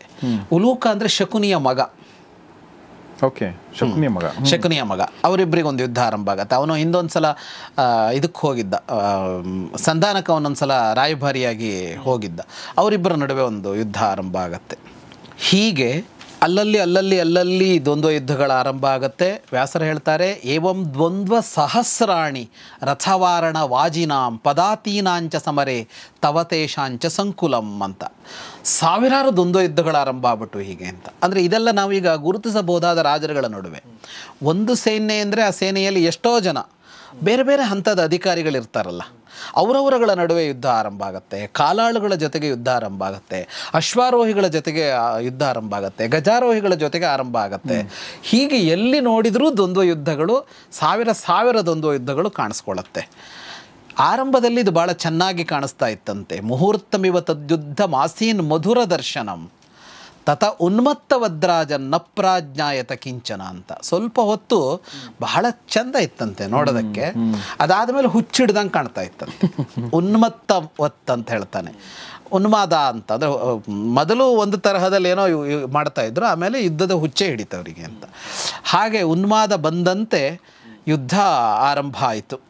ಮೊದಲನೇ ದಿನದ ಯುದ್ಧ ನಡೀತಾ ಇದೆ ಮತ್ತು ಅದರಲ್ಲಿ ವ್ಯಾಸರು ತುಂಬ ತಾಳ್ಮೆಯಿಂದ ಪ್ರತಿಯೊಬ್ಬ ಯೋಧನ ಮತ್ತು ಪ್ರತಿ ಯೋಧನ ಯಾರ್ಯಾರಿಗೆ ಮುಖಾಮುಖಿ ಆದರೂ ಏನೆಲ್ಲ ಬಾಣ ಬಿಟ್ಟರು ಅಂತ ಹೇಳೋದು ನೋಡಿದರೆ, ಅದರಲ್ಲಿ ಒಂದು ನನಗನ್ಸೋದು, ಇದು ನಿಜವಾಗ್ಲೂ ನಡೆದಿರ್ಬೇಕಂತ ಅನ್ಸುತ್ತೆ ಕೆಲವೊಂದ್ಸಲ ಅಲ್ವಾ? ಇಲ್ದಿರ ಅಷ್ಟು ಡೀಟೇಲಿಂಗು ಅಷ್ಟು ಚೆನ್ನಾಗಿ ಬರೋಕ್ಕೆ ಸಾಧ್ಯನೇ ಇಲ್ಲ. ಮನುಷ್ಯ ಕಲ್ಪನೆ ಮಾಡ್ತಾ ಹೋದರೆ ಹಂಗೆ ಸಾಧ್ಯನೇ ಇಲ್ಲ ಅಂತ, ಅಷ್ಟು ಇದರಲ್ಲಿ. ಅದು ನೋಡಿರೋದು ಮತ್ತು ಅದನ್ನು ನೆನ್ಪಿಟ್ಕೊಂಡು ಅದನ್ನು ರೀಪ್ರೊಡ್ಯೂಸ್ ಮಾಡಿರೋದು, ಅದು ಒಂಥರ ಚೆನ್ನಾಗಿದೆ. ಬಟ್ ಕೇಳುವಾಗ ಒಂದು ಸ್ವಲ್ಪ ಬಹುಶಃ ನೀವು ಹೇಳ್ದಂಗೆ ಬೋರ್ ಆಗೋ ಸಾಧ್ಯತೆ ಇದೆ. ಅಂದರೆ ಎಲ್ಲವನ್ನೂ ವಿವರಗಳ ಕೇಳ್ತಾ ಹೋದರೆ ಬಹುಶಃ ಯುದ್ಧ ಅಂದರೆ ಜನ ಏನು ಎಕ್ಸ್ಪೆಕ್ಟ್ ಮಾಡ್ತಾರಲ್ಲ ಅದನ್ನು ಮೀರಿದ ವಿವರಣೆಗಳು ಜಾಸ್ತಿ ಇದೆ ಅಲ್ವಾ? ಹೌದು. ಸೊ ನಾವು ಅದನ್ನು ಸ್ವಲ್ಪ ಸರ್ ಆಲ್ರೆಡಿ ಒಂದು ಸ್ವಲ್ಪ ಪ್ರೂವ್ ಮಾಡ್ತಾ ಇದ್ದಾರೆ, ಮಾಡಿ ಹೇಳ್ತಾ ಇದ್ದಾರೆ. Yes sir. ಈ ದ್ವಂದ್ವ ಯುದ್ಧಗಳ ಆರಂಭ ಆಯ್ತಲ್ಲ, ಆ ಯುದ್ಧ ಹೇಗೆ ಪರಿಣಮಿಸ್ತು ಅಂತ ಹೇಳ್ತಾ ಹೋಗ್ತಾರೆ. ಈ ಯುದ್ಧಗಳು ಎಲ್ಲೇ ಮೀರಿದ್ವು ಅಂತ ಹೇಳ್ತಾರೆ. ನಿರ್ಮರ್ಯಾದಂ ಪ್ರಯುದ್ಧಾನಿ ಅಂತ. ಅಂದರೆ ಎಲ್ಲೇ ಮೀರಿ ಶುರುವಾಗ್ಬಿಟ್ವು ಅಂತ. ಅಲ್ಲಲ್ಲೇ ಅಂದರೆ ಯುದ್ಧ ನಿಯಮ ಅಂತಿದೆಯಲ್ಲ ಅದನ್ನು ಮುರಿಯೋ ಥರನೂ ಆಯಿತು. ಮತ್ತು ಒಂದು ಸಾಮಾಜಿಕವಾದ ಅಥವಾ ಒಂದು ನಿಯಮ, ಒಂದು ಕ್ರಮ ಇದೆಯಲ್ಲ ಅದನ್ನೆಲ್ಲ ಮೀರಿಬಿಡ್ತು ಅಂತ. ಅದು ಹೇಗೆ ಅಂದರೆ ಆ ಯುದ್ಧದ ಹುಚ್ಚು ಹೆಚ್ಚಾಗಿ ಯುದ್ಧ ಆವಿಷ್ಟ ಇವ ಯುದ್ಧಂತೆ ಅಂತಂದು ಆವೇಶ ಬಂದಾಗ ಯುದ್ಧ ಮಾಡ್ತಾ ಇದ್ರು. ಹಾಗಾಗಿ ಯಾರ ಮಗ, ಯಾರ ತಂದೆ, ಯಾರಣ್ಣ, ಯಾರ ತಮ್ಮ, ಯಾರು ಸೋದರ ಮಾವ, ಯಾರು ಅಳಿಯ, ಇಂಥ ಏನೂ ಗೊತ್ತಾಗದೇ ಇದ್ದಂತೆ ಯುದ್ಧ ಶುರುವಾಗ್ಬಿಡ್ತು ಅಂತ. ಅವನು ಶತ್ರು ಎದುರಿಗಿದಾನೆ, ಯುದ್ಧ ಮಾಡಬೇಕು ಅನ್ನೋ ಥರ ಆಗೋಯ್ತು ಅಂತ. ಆ ಥರದಲ್ಲಿ ಮುಂದುವರಿದಿತ್ತು ಅದು ಅಂತ. ರಥಗಳು ಯುದ್ಧ ಮಾಡುವಾಗ ಈ ರಥವನ್ನು ತಗೊಂಡೋಗಿ ಆ ರಥಕ್ಕೆ ಗುದ್ದಿಸೋದು, ಆ ರಥ ಚಲಿಸದೇ ಇರೋ ಹಾಗೆ ಮಾಡೋದು, ಇಂಥದ್ದೆಲ್ಲ ಆರಂಭ ಆಗಿಬಿಡ್ತು. ಆಮೇಲೆ ರಥರಕ್ಷಕರು ಅಂತ ಕೆಳಗಿರ್ತಾರೆ, ಹಿಂದಿನ ಸಂಚಿಕೆ ನೆನಪು ಮಾಡ್ಕೊಂಡಿದ್ವಲ್ಲ, ಆ ರಕ್ಷಕರುಗಳ ಮೇಲೆ ದಾಳಿ, ಅವರನ್ನು ಕೊಲ್ಲೋದು, ಈ ಥರ ಆಗಿ ಈ ರಥಯುದ್ಧ ಅನ್ನೋದು ಒಂಥರದಲ್ಲಿ ಜೋರಾಗೋಯ್ತು. ಇನ್ನೊಂದು ಕಡೆಯಲ್ಲಿ ಎಲ್ಲ ಕಡೆನಲ್ಲೂ ಎಲ್ಲರಲ್ಲೂ ಗಜ ಸೈನ್ಯವೂ ಇದ್ದಿದ್ದರಿಂದ ಅದು ಆನೆಗಳ ಇದು ಇನ್ನೂ ಜೋರಾಗಿ ನಡೀತಾ ಹೋಯಿತು. ಏನಂದರೆ ಆನೆಗಳೇ ಅವು ಯುದ್ಧಕ್ಕೆ ತರಬೇತಾದ ಆನೆಗಳು, ಹಾಗಾಗಿ ಯುದ್ಧದ ತರಬೇತಿ ಅವಕ್ಕಿರತ್ತೆ ಅನ್ನೋದೊಂದು. ಇನ್ನೊಂದು ಏನಾಯ್ತು ಅದರಲ್ಲಿ ಅಂತ ಅಂದರೆ ಕೆಲವಕ್ಕೆ ಮದ ಏರಿಬಿಡುತ್ತು ಅಂತ. ಆನೆಗಳಿಗೆ ಮದ ಏರಿದಾಗ ಹೇಗೇಗೋ ಮಾಡ್ತಾವಲ್ಲ, ಈ ಶಬ್ದ ಇನ್ನೊಂದು ಗುಂಪು ಬಂದ ಕೂಡಲೇ ಕೆಲವು ಸಲ ಆನೆಗೆ ಮದ ಇರುತ್ತೆ. ಆನೆಗೆ ಮದ ಇರುತ್ತು ಅಂದರೆ ಅದು ಪಕ್ಕ ತಲೆ ಕೆಟ್ಟಂಗೆ ವರ್ಸತ್ತೆ. ನಾವು ನೋಡಿರ್ತೀವಲ್ಲ, ಅದು ಎಲ್ಲಿಗೆ ಹೋಗುತ್ತೆ ಅಂತ ಏನು ಹೇಳೋಕ್ಕಾಗಲ್ಲ. ಅದಕ್ಕೆ ಶತ್ರು ಸೈನ್ಯ ಅಂತೇನಿಲ್ಲ, ಯಾರನ್ನ ಬೇಕಾದ್ರೂ ತುಳಿಯತ್ತೆ ಅದು ಅನ್ನೋ ಥರ ಅಂತ ಒಂದು. ಎರಡನೇದೇನು ಅಂತ ಕೇಳಿದರೆ, ಇವರು ಬಾಣನೋ ಕತ್ತಿನೋ ಗದೆನೋ ಹಾಕುವಾಗ ಅದಕ್ಕೆ ಗಾಯ ಆಗಿರುತ್ತೆ, ಅದಕ್ಕೆ ಪೆಟ್ಟಾಗುತ್ತೆ, ಆವಾಗಲೂ ಅದು ಮದ ಎರೆದಾಗ ಗುರುತಿಸೋದು ಅನ್ನೋದು ಈ ಆನೆಗಳ ನಡುವೆ ಆಗೋದಕ್ಕೆ ಆರಂಭ ಆಯಿತು. ಒಂದಿಷ್ಟು ಆನೆಗಳು ಸತ್ತು ಬಿದ್ವು, ಒಂದಿಷ್ಟುಗಳ ಸೊಂಡಲು ಹೋಯಿತು, ಒಂದಿಷ್ಟು ಕಾಲು ಮುರಿತು, ಈ ಥರದ್ದು ಆನೆಗಳ ಇದು ಕಾಣಿಸೋಕೆ ಶುರುವಾಗ್ಬಿಡ್ತು ಅಂತ. 18ನೇ ದಿನಕ್ಕಲ್ಲ, 1ನೇ ದಿವಸವೇ ಆರಂಭ. ಹಾಗಾಗಿ ಆನೆಗಳು ಏನು ಅಂತ ಅಂದರೆ, ಒಂದು ಸತ್ತು ಬೀಳೋದು ಆ ಥರದ್ದು ಒಂದು, ಇನ್ನೊಂದು ಆನೆಗಳು ಮನಸ್ಸಿಗೆ ಬಂದಂತೆ ಓಡೋದಕ್ಕೆ ಆರಂಭ ಮಾಡಿಬಿಟ್ವಂತೆ. ಯಾವ ಕಡೆಗೆ ಅಂತಿಲ್ಲ, ಓಡೋದಕ್ಕೆ ಆರಂಭ ಮಾಡೋದು. ಆನೆಗಳು ಓಡೋಕೆ ಆರಂಭ ಮಾಡಿದಾಗ ಕೈಗೆ ಸಿಕ್ಕವರೆಲ್ಲ ಸಾಯ್ತಾರೆ ಅನ್ನೋ ಥರ, ಅದು ಕಾಲಿಗೆ ಸಿಕ್ಕವರೆಲ್ಲ ಸಾಯ್ತಾರೆ ಅಂತ. ರಥವೋ ಪದಾತಿಯೋ ಅದು ಕುದುರೆಯೋ ಏನೋ ಸಂಬಂಧ ಇಲ್ಲ ಅನ್ನೋ ಥರ ಆಗ್ತಾ ಹೋಯಿತು. ಮತ್ತು ಆನೆಗಳು ಸತ್ತು ಬಿದ್ದಾಗಲೂ ಅದ್ರ ಬೃಹದಾಕಾರದಿಂದಾಗಿ ಅಲ್ಲಿ ಸಿಕ್ಕಿ ಸಾಯೋರೇನೋ, ಅಲ್ಲಿ ಸಿಕ್ಕಿ ಕೈಕಾಲು ಮುರ್ಕೊಳ್ಳೋರೇನೋ, ಈ ತರಹದಲ್ಲಿ ಯುದ್ಧ ಮುಂದುವರಿತಾ ಹೋಯಿತು. ಭೀಕರತೆ ಹಾಗಾಗ್ತಾ ಹೋಯಿತು. ಎಲ್ಲ ಥರದ ಆಯುಧಗಳನ್ನು ಬಳಸಿ ಯುದ್ಧ ಮಾಡೋದಕ್ಕೆ ಆರಂಭ ಮಾಡಿದ್ರು. ಬಿಲ್ಲು ಬಾಣ, ಕತ್ತಿಗಳು, ಗದೆ, ಮುಸಲ, ಬೆಂಡಿಪಾಲ ಅಂತಿತ್ತು, ತೋಮರ ಅಂತಿತ್ತು, ಪರಿಘ, ಆಯಸ, ಈ ತರಹದ ಯಾವ್ಯಾವ ತರಹದ ಆಯುಧಗಳಿದೆಯೋ ಎಲ್ಲ ಆಯುಧಗಳಿಂದ ಎಲ್ಲರೂ ಅಂತ, ವೀರರು ಮಾತ್ರ ಅಲ್ಲ, ಪದಾತಿಯವರೆಗೂ ಅಂತ ಎಲ್ಲ ಆಯುಧಗಳನ್ನು ಬಳಸಿಕೊಂಡು ಒಬ್ಬರನ್ನೊಬ್ಬರನ್ನ ಕಡಿಯೋದು ಅನ್ನೋ ತರಹದಲ್ಲಿ ಯುದ್ಧ ನಡೆಯೋದೇ ಹಾಗೆ ನಡೀತಾ ಹೋಯಿತು. ಹೀಗೆ ಆಗ್ತಾ ಸಾವು ನೋವು ಅಪಾರವಾಗಿ ಆರಂಭ ಆಗಿಬಿಡ್ತು. ಕೆಳಗೆ ಬಿದ್ದವರ ಗೋಳಾಟ, ಆಮೇಲೆ ಎಲ್ಲರೂ ರಕ್ತಸಿಕ್ತವಾಗಿರ್ತಾ ಇದ್ರು. ಆಮೇಲೆ ನೀರು ಬೇಕು ಅಂತ ಕೂಗೋರು, ಈ ತರಹದಲ್ಲಿ ಅಂದರೆ ಅವರ ಇದು ಆರಂಭ ಆಯಿತು. ಅದರ ಜೊತೆಗೆ ಯುದ್ಧವು ಹಾಗೇ ಮುಂದುವರಿತಾ ಇತ್ತು ಅಂತ. ಈಗ ಯಾವ್ಯಾವ ತರಹದಲ್ಲಿ ಅಂದರೆ, ಪ್ರತಿಯೊಬ್ಬನೂ ತನ್ನ ಬೆಸ್ಟ್ ಕೊಡಬೇಕು ಅನ್ನೋ ತರಹದಲ್ಲಿ ಅಲ್ಲಿ ಶೂರತನವನ್ನು ಮೆರಿತಾ ಇದ್ದ ಅಂತ. ಅಂದರೆ ಒಬ್ಬ ಪದಾತಿ, ಯಾರೋ ಒಬ್ಬ ಇವನು ಕೂಡ ಅಂತ. ಹೇಗೆಲ್ಲ ಆಗ್ತಾ ಇತ್ತು ಅಂದರೆ, ಅಶ್ವದ ಮೇಲೆ ಕುಳಿತುಕೊಂಡವನು ಕುದುರೆಯನ್ನು ಹಾರಿಸ್ತಾ ಇದ್ದಂತೆ ರಥದ ಮಟ್ಟಕ್ಕೆ. ಹೇಗೆಂದರೆ, ಹಾರಿಸ್ಕೊಂಡು ಹೋಗ್ತಾ ರಥದಲ್ಲಿ ಇದ್ದ ವೀರನ ಕತ್ತಿಯಿಂದ ಕುತ್ತಿಗೆ ಕತ್ತರಿಸಿ ಹೋಗೋದು ಅನ್ನೋ ಥರ. ಎಷ್ಟೋ ಕಡೆ ಹಾಗೆ ಹಾರಿಸಿ ಕುತ್ತಿಗೆ ಕತ್ತರಿಸಿ ಆ ಕಡೆ ಹಾರ್ತಾ ಇದ್ದ ಅಂತ. ಹೀಗೆ ಹಾರೋದಕ್ಕೆ ಹೊರಟಾಗ ಅವನು ಕೆಲವು ಸಲ ಅಷ್ಟು ದೂರದಲ್ಲಿದ್ದಾಗಲೇ ಬಾಣ ಬಿಟ್ಟು ಅವನು ಕುದುರೆಯನ್ನೋ ಅಥವಾ ಕುದುರೆ ಮೇಲಿರೋನನ್ನೋ ಕೊಲ್ತಾ ಇದ್ನಂತೆ. ಹೀಗೆ ಅಂದರೆ ರಥದಲ್ಲಿರೋರ ಜೊತೆಗೆ, ಕುದುರೆಯವ್ರ ಜೊತೆಗೆ ಅಂತೆಲ್ಲ ಉಳ್ಕೊಳ್ಳೇ ಇಲ್ಲ. ಯಾರ್ಯಾರಿಗೆ ಏನೇನು ಸಾಧ್ಯವೋ ಅದನ್ನು ಮಾಡೋದಕ್ಕೆ ಆರಂಭ ಮಾಡಿಬಿಟ್ರು. ಇದನ್ನು ಎಲ್ಲೇ ಮೀರುತ್ತು ಅಂತ ವ್ಯಾಸರು ಹೇಳಿದ್ರು. ಮೊದಲನೇ ದಿನವೇ ಎಲ್ಲೇ ಮೀರುತ್ತದು ಅಂತ. ಹೀಗೆ ಎಲ್ಲ ಯುದ್ಧ ನಡೀತಾ ಇರುವಾಗ ಭೀಷ್ಮ ಮೇಲುಗೈ ಸಾಧಿಸೋಕ್ಕೆ ಆರಂಭ ಮಾಡಿಬಿಡುತ್ತಾನೆ.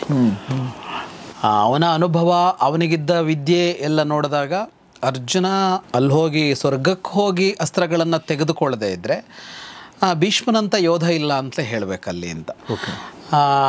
ಆದರೂ ಅವನ ಸಾಮರ್ಥ್ಯ ಈಗಲೂ ದೊಡ್ಡದೇ ಅವನದ್ದು, ಅಂದರೆ ಸಣ್ಣ ಸಾಮರ್ಥ್ಯ ಅಲ್ಲ ಅಂತ, ಅಷ್ಟು ವಯಸ್ಸಾದನು ಅಂತ. ಅವನು ಮೇಲ್ಗೈ ಸಾಧಿಸೋದಕ್ಕೆ ಆರಂಭ ಮಾಡ್ತಾನೆ. ಮೊದಲನೇ ದಿನ ಅವನ ಏನು ಅಬ್ಬರಕ್ಕೆ, ಆಕ್ರಮಣಕ್ಕೆ ಪಾಂಡವ ಸೇನೆ ಹೆದರೋದಕ್ಕೆ ಆರಂಭ ಮಾಡಿಬಿಡುತ್ತೆ. ಭೀಷ್ಮ ಮಾಸಾಧ್ಯ ಪಾರ್ಥಾನಾಂ ವಾಹಿನಿ ಸಮಕಂಪತ ಅಂತ ಭೀಷ್ಮನ ಅಬ್ಬರದ ಆಕ್ರಮಣಕ್ಕೆ ನಡುಗೋದಕ್ಕೆ ಆರಂಭ ಮಾಡಿಬಿಡ್ತು ಪಾಂಡವ ಸೇನೆ. ಈ ಭೀಷ್ಮನ ಆಕ್ರಮಣ ಅಂದರೆ ಅವನ ಜೊತೆಗೆ ಅವನ ರಕ್ಷಕರು ಅಂತ ಯಾರಿರ್ತಿದ್ರು ಅವರು ಮುನ್ನುಗ್ಗಿದ್ರು. ಭೀಷ್ಮ ಪಾಂಡವ ಸೇನೆಯ ಒಳಗೆ ಹೋಗಿಬಿಟ್ಟ. ಭೀಷ್ಮ ಅಂದರೆ ತಡಿತಾ ಇರ್ತಿದ್ರು, ಆದರೆ ಅವನು ಮುನ್ನುಗ್ಗದ. ಅವನ ಜೊತೆಗೆ ದುರ್ಮುಖ, ಕೃತವರ್ಮ, ಕೃಪ, ಶಲ್ಯ, ವಿವಿಂಶತಿ ಇಷ್ಟು ಜನ ಅವನು ಸುತ್ತಾ ಇದ್ರು ಅಂತ. ಅಂದರೆ ಶಲ್ಯ, ಕೃಪರಂತಹ, ಕೃತವರ್ಮನಂಥ ವೀರರೇ ಭೀಷ್ಮನ ಜೊತೆಗಿದ್ರು.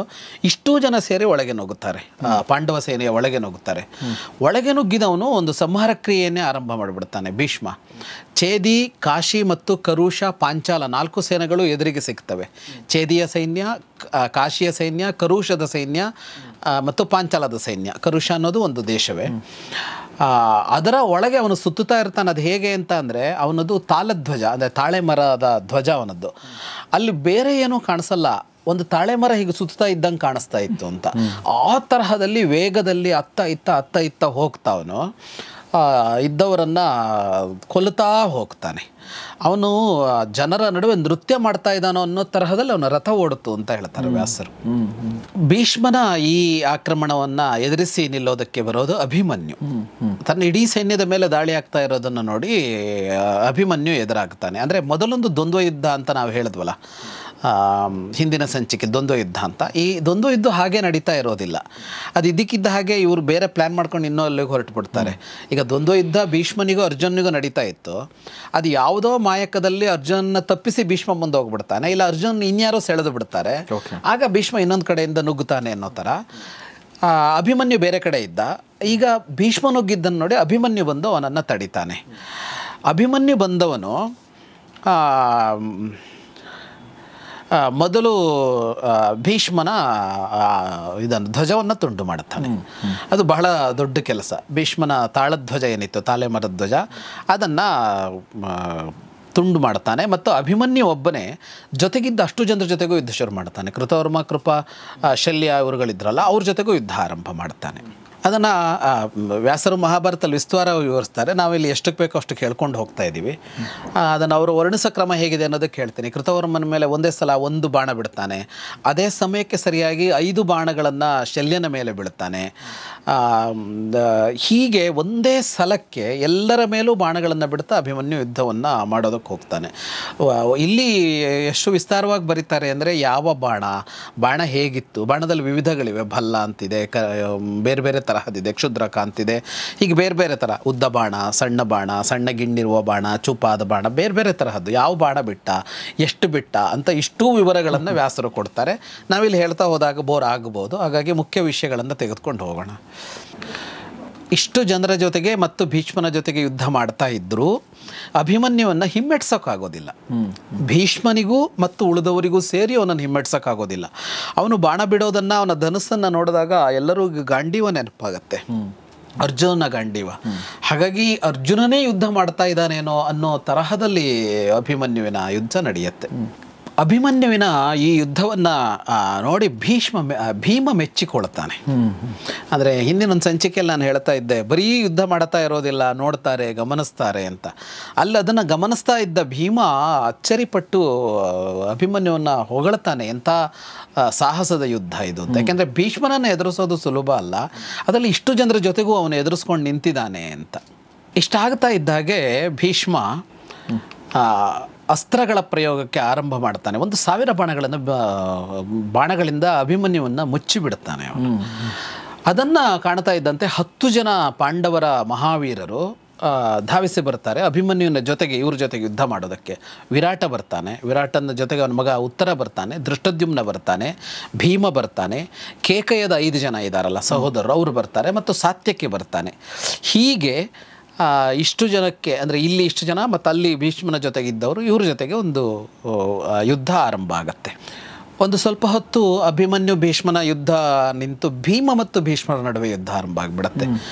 ಭೀಷ್ಮ ಮೊದಲು ಇವನ ಸಿಂಹಧ್ವಜವನ್ನು ತುಂಡರಿಸ್ತಾನೆ, ಭೀಮನದ್ದು ಸಿಂಹಧ್ವಜ ಅದನ್ನು ತುಂಡರಿಸ್ತಾನೆ. ಅವರಿಬ್ಬರ ನಡುವೆ ಬಹಳ ಜೋರಾದ ಯುದ್ಧ ನಡೆಯುತ್ತೆ ಭೀಮ ಮತ್ತು ಭೀಷ್ಮರ ನಡುವೆ. ಹೀಗೆ ಯುದ್ಧ ಆಗ್ತಾ ಇರುವಾಗ ಯುದ್ಧಗಳು ಹೇಗೆ ತಿರ್ಕೊಳ್ಳುತ್ತೆ ಅಂದರೆ ಗುಂಪು ಯುದ್ಧ ದ್ವಂದ್ವ ಯುದ್ಧಕ್ಕೆ ತಿರುಗತ್ತೆ, ದ್ವಂದ್ವ ಯುದ್ಧ ಗುಂಪು ಯುದ್ಧಕ್ಕೆ ತಿರುಗತ್ತೆ ಅಂತ ಆಗತ್ತಲ್ಲ. ಭೀಮ ಭೀಷ್ಮರ ನಡುವೆ ಯುದ್ಧ ಆಗ್ತಾ ಇರುವಾಗ ಉತ್ತರನಿಗೂ ಮತ್ತು ಶಲ್ಯನಿಗೂ ಒಂದು ಯುದ್ಧ ಆರಂಭ ಆಗತ್ತೆ. ವಿರಾಟನ ಮಗ ಅಲ್ಲಿ ಓಡಿದ್ನಲ್ಲ ಅವನು ಅಂತ ಓಡಿದ್ದ ಅನ್ನೋ ಕಾರಣಕ್ಕಾಗಿ ನಾವು ಉತ್ತರ ಏನು ಸಾಮರ್ಥ್ಯ ಇಲ್ದಿದ್ದವನು ಅಂತ ಅಂದ್ಕೊಳ್ಬೇಕಾಗಿಲ್ಲ. ಅವತ್ತು ಅವನು ಓಡಿದ್ದರ ಕಾರಣ ಏನು ಅಂತ ಅಂದರೆ ಒಬ್ಬನೇ ಬಂದಿದ್ದಾನೆ, ಎದುರಿಗೆ ಇಡೀ ಕೌರವರ ಸೈನ್ಯ ಇದೆ, ಭೀಷ್ಮ ದ್ರೋಣ ಕರ್ಣ ದುರ್ಯೋಧನ ಎಲ್ಲ ಕಾಣ್ತಾ ಇದ್ದಾರೆ, ಮಹಾವೀರರು. ಒಬ್ಬನೇ ನಿಂತ್ಕೊಂಡಿದ್ದಾನೆ, ಎದುರಿಗೊಬ್ಬ ಸಾರಥಿ ಇದ್ದಾನೆ. ಸಾರಥಿ ಅರ್ಜುನ ಅನ್ನೋದು ನಮಗೆ ಗೊತ್ತು, ಆದರೆ ಉತ್ತರನಿಗೆ ಗೊತ್ತಿದ್ದೇನು ಅಂತ ಅಂದರೆ ಒಬ್ಬ ನೃತ್ಯಗಾರ ಕೂತ್ಕೊಂಡಿದ್ದಾನೆ ಸಾರಥಿ ಜಾಗದಲ್ಲಿ. ಅವನನ್ನು ಎಷ್ಟು ನಂಬ್ಕೊಂಡು ಯುದ್ಧ ಮಾಡೋಕ್ಕಾಗತ್ತೆ? ಹಾಗಾಗಿ ಅವನು ಎದ್ದು ಓಡಿದ್ದೇ ಹೊರತು ಉತ್ತರನಿಗೆ ಯುದ್ಧ ಮಾಡೋದಕ್ಕೆ ಬರೋದಿಲ್ಲ ಅಂತಲ್ಲ, ಅವನು ಸಾಹಸಿನೇ. ಅವನಿಗೂ ಮತ್ತು ಇವನಿಗೂ ಯುದ್ಧ ಆರಂಭ ಆಗುತ್ತೆ. ಯಾರಿಗೆ? ಶಲ್ಯನಿಗೆ. ಆ ಒಂದು ವಿಡಿಯೋ ಕೂಡ ನಾವು ಮಾಡಿದ್ದೀವಿ. ಉತ್ತರ ಕುಮಾರನ ಹೇಗೆ ಯುದ್ಧ ಮಾಡ್ದ, ಹೇಗೆ ಓಡೋದ, ಅದೆಲ್ಲದರೂ ಕೂಡ ಒಂದು ಡಿಸ್ಕ್ರಿಪ್ಷನ್ ಲಿಂಕ್ ಇರುತ್ತೆ, ದಯವಿಟ್ಟು ಅದನ್ನು ನೋಡಿ ಅಂತ ಕೇಳ್ಕೊಳ್ತೀನಿ. Yes sir. ಅವನು ಆನೆಯ ಮೇಲೆ ಇರ್ತಾನೆ. ಯಾರು? ಉತ್ತರ ಯುದ್ಧ ಮಾಡುವಾಗ ಅವನೇನು ಮಾಡ್ತಾನೆ ಅಂದರೆ ಆನೆಯನ್ನು ವೇಗವಾಗಿ ಶಲ್ಯನ ಮೇಲೆ ನುಗ್ಗಿಸ್ತಾನೆ. ನುಗ್ಗಿ ಬರ್ತಾ ಇರೋ ಆನೆಗೆ ಇವನು ಶಲ್ಯ ಏನು ಮಾಡ್ತಾನೆ ಅಂತ ಅಂದರೆ ಬಾಣ ಬಿಟ್ಟು ಗಾಯಗೊಳಿಸ್ತಾನೆ. ಅಂದರೆ ಅದನ್ನು ತಡಿಬೇಕು ಅನ್ನೋದಕ್ಕೆ ಆನೆಗೆ ಮತ್ತೇರ್ಬಿಡುತ್ತೆ. ಅದು ಸೀದಾ ಮುನ್ನುಗ್ಗಿ ಈ ಶಲ್ಯನ ರಥದ ಮೇಲೆ ಕಾಲಿಟ್ಟು ಅವನ 4 ಕುದುರೆಗಳನ್ನು ಕೊಂದುಬಿಡುತ್ತೆ. ಆ ಆನೆ ಕುದುರೆ ಸತ್ತ ಮೇಲೆ ಅದೇ ರಥದಲ್ಲಿ ನಿಂತ್ಕೊಳ್ತಾನೆ, ಶಲ್ಯ ಹಿಂದಿರುಗೋದಿಲ್ಲ. ಒಂದು ಶಕ್ತಿಯಾಯುಧವನ್ನು ಉತ್ತರನ ಮೇಲೆ ಪ್ರಯೋಗಿಸ್ತಾನೆ. ಶಕ್ತಿ ಅಂತ ಒಂದು ಆಯುಧ ಇರುತ್ತೆ, ಅದನ್ನು ಎಸಿತಾನೆ. ಅದನ್ನು ಎಸೆದು ಕೂಡಲೇ ಅದು ಹೋಗಿ ಉತ್ತರನಿಗೆ ಹೊಡೆದು ಉತ್ತರ ಸತ್ತು ಕೆಳಗೆ ಬೀಳುತ್ತಾನೆ. ಮೊದಲ ಸಾವು ಆಗೋದು ಉತ್ತರನದ್ದು. ಅದನ್ನು ಕೊಂದವನು ಈಗ ಆನೆ ಮೇಲೂ ಸಿಟ್ಟಿರುತ್ತಲ್ಲ ಇವನಿಗೆ, ಶಲ್ಯನಿಗೆ, ಕತ್ತಿಯಿಂದ ಆನೆಯ ಸೊಂಡಿಲನ್ನು ಕಡಿದು ಬಿಡ್ತಾನೆ. ಆನೆ ಕೂಡ ಸತ್ತು ಬೀಳುತ್ತೆ. ಹಾಗಾಗಿ ಯುದ್ಧದಲ್ಲಿ ಮೊದಲನೇ ದಿನದ ಯುದ್ಧದಲ್ಲಿ ಮೊದಲ ಸಾವಾಗೋದು ಉತ್ತರ ಕುಮಾರನದ್ದು. ಅದು ಶಲ್ಯನಿಂದ. ಈಗ ಏನಾಗಿದೆ ಅಂದರೆ ಶಲ್ಯನಿಗೆ ರಥ ಇಲ್ವಲ್ಲ, ಆ ಕೂಡಲೇ ಕೃತವರ್ಮ ತನ್ನ ರಥವನ್ನು ಶಲ್ಯನ ಬಳಿಗೆ ತಗೊಂಡ್ಬರ್ತಾನೆ. ಶಲ್ಯ ಕೃತವರ್ಮನ ರಥವನ್ನು ಏರ್ಕೊಳ್ತಾನೆ. ತಕ್ಷಣ ಇನ್ನೊಂದು ರಥ ಬರಬೇಕಲ್ಲ, ಕುದುರೆಗಳಿಲ್ಲ ಅಲ್ಲೀಗ, ಇನ್ನೊಂದು ರಥ ಬರಬೇಕಲ್ಲ, ಕೃತವರ್ಮನ ರಥವನ್ನು ಏರ್ಕೊಳ್ತಾನೆ. ಉತ್ತರ ಸತ್ತಿದ್ದನ್ನು ಶಂಖ ನೋಡ್ತಾನೆ. ಶಂಖ ಅಂದರೆ ಉತ್ತರನ ಅಣ್ಣ, ಅವನು ಅಂದರೆ ವಿರಾಟನ ಇನ್ನೊಬ್ಬ ಮಗ. ಅವನು ಇವನನ್ನು ಶಲ್ಯನ ಮೇಲೆ ಮುನ್ನುಗ್ಗುತ್ತಾನೆ. ಅವನು ಹೇಗೆ ಮುನ್ನುಗ್ಗುತ್ತಾನೆ ಅಂದರೆ ಶಲ್ಯನನ್ನು ಸಾಯಿಸೇ ಬಿಟ್ಟ ಅಂತ ಕೌರವರಿಗೆ ಅನಿಸುತ್ತೆ, ಕೌರವ ಪಾಳೆಯದಲ್ಲಿದ್ದವರಿಗೆ ಅನಿಸುತ್ತೆ. ಅದನ್ನು ನೋಡಿ 7 ಜನ ಕೌರವರ ಮಹಾವೀರರುಗಳು ಶಲ್ಯನ ರಕ್ಷಣೆಗೆ ಅಂತ ಬರ್ತಾರೆ. ಅವರ ಜೊತೆಗೂ ಜೋರಾಗಿ ಯುದ್ಧ ಮಾಡ್ತಾ ಅವನು ಮುನ್ನುಗ್ಗಿಯೇ ಹೋಗ್ತಾನೆ. ಅಂದರೆ ಈಗ ತಮ್ಮನನ್ನು ಕೊಂದ ಸಿಟ್ಟು ಅಂತ ಒಂದಿರುತ್ತಲ್ಲ, ಆ ಸಿಟ್ಟಿನಲ್ಲಿ ಮುನ್ನೋಗ್ತಾನೆ. ಈಗ ಶಲ್ಯನ ರಕ್ಷಣೆ ಮಾಡುವ ಅನಿವಾರ್ಯತೆ ಬರುತ್ತೆ. ಈಗ ಭೀಷ್ಮ ತಿರುಗ್ತಾನೆ. ಭೀಮನ ಜೊತೆಗೆ ಯುದ್ಧ ಮಾಡ್ತಾ ಇದ್ದ ಭೀಷ್ಮ ಆ ಕಡೆ ಧಾವಿಸ್ತಾನೆ. ಅದನ್ನು ನೋಡಿ ಭೀಷ್ಮ ಯಾವಾಗ ಆ ಕಡೆ ಬರ್ತಾನೋ ಅದನ್ನು ಕಂಡು ಅರ್ಜುನ ಶಂಖನ ರಕ್ಷಣೆಗೆ ಅಂತ ಧಾವಿಸ್ತಾನೆ. ಯಾವಾಗ ಅರ್ಜುನ ಮತ್ತು ಭೀಷ್ಮ ಮತ್ತೊಂದು ಸಲ ಎದುರಾದರೋ ಆಗ ಮತ್ತೊಂದು ಸಲ ಅಂದರೆ ತೇಜಸ್ಸು ಒಂದಾಯಿತು ಅನ್ನೋ ಥರ ಕಾಣೋದಕ್ಕೆ ಆರಂಭ ಆಗತ್ತೆ. ಇಷ್ಟರ ನಡುವೆ ಈ ಶಲ್ಯ ರಥದಿಂದ ಧುಮುಕಿ ಈ ಇವನ ಶಂಖನ ಕುದುರೆಗಳನ್ನು ಕೊಲ್ತಾನೆ. ಶಂಖ ಕೆಳಗಿಳಿದವನು, ಶಂಖನಿಗೆ ರಥ ಇಲ್ವಲ್ಲ ಈಗ, ಅವನು ತಕ್ಷಣ ಅರ್ಜುನ ರಥವನ್ನು ಏರ್ಕೊಂಡು ರಕ್ಷಣೆ ಮಾಡ್ಕೊಳ್ತಾನೆ. ಆದರೆ ಭೀಷ್ಮನ ಯುದ್ಧ ಜೋರಾಗ್ತಾ ಹೋಗುತ್ತೆ. ಅರ್ಜುನ ಎದುರಿಗಿದ್ರೂ ಜೋರಾಗ್ತಾ ಹೋಗುತ್ತೆ. ಅವನು ಪಾಂಚಾಲರು, ಮತ್ಸ್ಯರು, ಕೇಕಯ್ಯರು, ಪ್ರಭದ್ರಕರು ಇಷ್ಟೂ ಸೈನ್ಯಗಳು ಅವನು ಎದುರಿಗಿರುತ್ತೆ. ಅವರ ಮೇಲೆ ಭೀಷ್ಮ ಮತ್ತೆ ಮುನ್ನುಗ್ತಾನೆ. ಮೊದಲು ಇದನ್ನೇ ಮಾಡಿದ್ದ, ಇನ್ನೂ ಜೋರಾಗಿ ಯುದ್ಧವನ್ನು ಆರಂಭಿಸ್ತಾನೆ. ಹಾಗೆ ಮುಂದುವರೆದಾಗ ಅವನಿಗೆ ಎದುರಾಗಿ ಬರೋದು ದೃಪದ. ಭೀಷ್ಮನನ್ನ ದೃಪದ ಎದುರಿಸ್ತಾನೆ. ದೃಪದ ಮತ್ತು ಭೀಷ್ಮರ ನಡುವೆ ಒಂದು ಯುದ್ಧ ನಡೆಯುತ್ತೆ. ಆದರೆ ಭೀಷ್ಮನನ್ನು ತಡೆದು ನಿಲ್ಲಿಸೋದಕ್ಕೆ ದೃಪದನಿಗೂ ಆಗೋದಿಲ್ಲ, ಯಾರಿಗೂ ಆಗೋದಿಲ್ಲ. ಅದ್ಭುತವಾದ ಯುದ್ಧ ಭೀಷ್ಮನದ್ದು ನಡೆಯುತ್ತೆ. ಅವನ ಬಾಣ ವೃತ್ತಾಕಾರವಾಗಿ ತಿರುಗ್ತಾ ಇತ್ತಂತೆ. ಅದು ಈ ವೃತ್ತಾಕಾರವಾದ ಕೊಳ್ಳಿ ತಿರುಗಿದಂತೆ ಕಾಣಿಸ್ತಿತ್ತು ಅಂತ. ಹಾಗೆ ತಿರುಗ್ತಾ ಭೀಷ್ಮ ತನ್ನ ಸಾಮರ್ಥ್ಯವನ್ನು ಮೆರಿತಾ ಹೋಗುತ್ತಾನೆ. ಪಾಂಡವ ಸೈನ್ಯ ಮೊದಲ ದಿನವೇ ಸೋಲಿನತ್ತ ಹಿಮ್ಮೆಟ್ಟಿದಂತೆ ಆಗಿ ಹೋಗುತ್ತೆ. ಭೀಷ್ಮ ಇನ್ನಷ್ಟು ಹೊತ್ತು ಸಮಯ ಇದ್ದಿದ್ರೆ ಇವತ್ತು ಇನ್ನೇನೋ ಒಂದನ್ನು ಮಾಡಿಬಿಡ್ತಿದ್ದ ಅನ್ನೋ ಮಟ್ಟಕ್ಕೆ ಇಳಿಯುವಾಗ ಸೂರ್ಯಾಸ್ತ ಆಗ್ತಾ ಇದ್ದಂಗೆ ಪಾಂಡವರು ಯುದ್ಧ ವಿರಾಮ ಘೋಷಣೆ ಮಾಡಿ ಸೈನ್ಯವನ್ನು ಹಿಂದೆ ಕರೆಸ್ಕೊಳ್ತಾರೆ. ಇದು ಮೊದಲ ಮ್ಯಾಚ್ ಗೆಲ್ಲೋ ಟೈಮಲ್ಲಿ ಮಳೆ ಬಂದ್ಬಿಡುತ್ತಲ್ಲ. ಹೌದು. ಓಕೆ ಓಕೆ, ಸೋಲೋರ್ಗೆ ಒಳ್ಳೇದಾಯ್ತು ಅಂತ ಅನ್ಕೋತಾರೆ ಹಾಗೆ. ಓಕೆ, ಹೀಗೆ ಮೊದಲ ದಿನದಲ್ಲಿ ಭೀಷ್ಮ ಪಾಂಡವ ಸೇನೆಯ ಒಳಗೆ ನುಗ್ಗಿ ಸಾಕಷ್ಟು ಹಾನಿಯನ್ನು ಪಾಂಡವ ಸೇನೆಗೆ ಮಾಡ್ತಾನೆ. ಮತ್ತು ಪಾಂಡವ ಸೇನೆಯಲ್ಲೇ ಮೊದಲ ಮಹಾವೀರ ಸಾಯೋದು ಉತ್ತರ. ಸೊ ಆತನ ಸಾಯಿಸಿದ್ದು ಶಲ್ಯ. ಆತನ ಸಾಯಿಸಿದ್ದು ಶಲ್ಯ. ವಾಸ್ತವವಾಗಿ ಇಲ್ಲಿ ಇನ್ನೊಂದು ಬೇರೆ ಮಹಾಭಾರತಗಳಲ್ಲಿ ಪುಣೆ ಭಂಡಾರ್ಕರ್ ರಿಸರ್ಚ್ ಇನ್ಸ್ಟಿಟ್ಯೂಟ್ನವರು ಮಾಡಿರೋ ಮಹಾಭಾರತ ಆ ಕಥೆಯನ್ನು ಒಪ್ಪಿಲ್ಲ. ಶ್ವೇತ ಅಂತ ಒಬ್ಬನ ಕಥೆ ಸೇರಿಕೊಂಡಿದೆ. ವಿರಾಟನ ಇನ್ನೊಬ್ಬ ಮಗ ಶ್ವೇತ ಇದ್ದ ಅಂತ, ಶಂಖ ಉತ್ತರ ಅಲ್ಲದೆ ಶ್ವೇತ ಅಂತ ಒಬ್ಬ ಮಗ ಇದ್ದ ಅಂತ ಬೇರೆ ಕಡೆಯಲ್ಲಿದೆ, ಬೇರೆ ಮಹಾಭಾರತಗಳಲ್ಲಿ.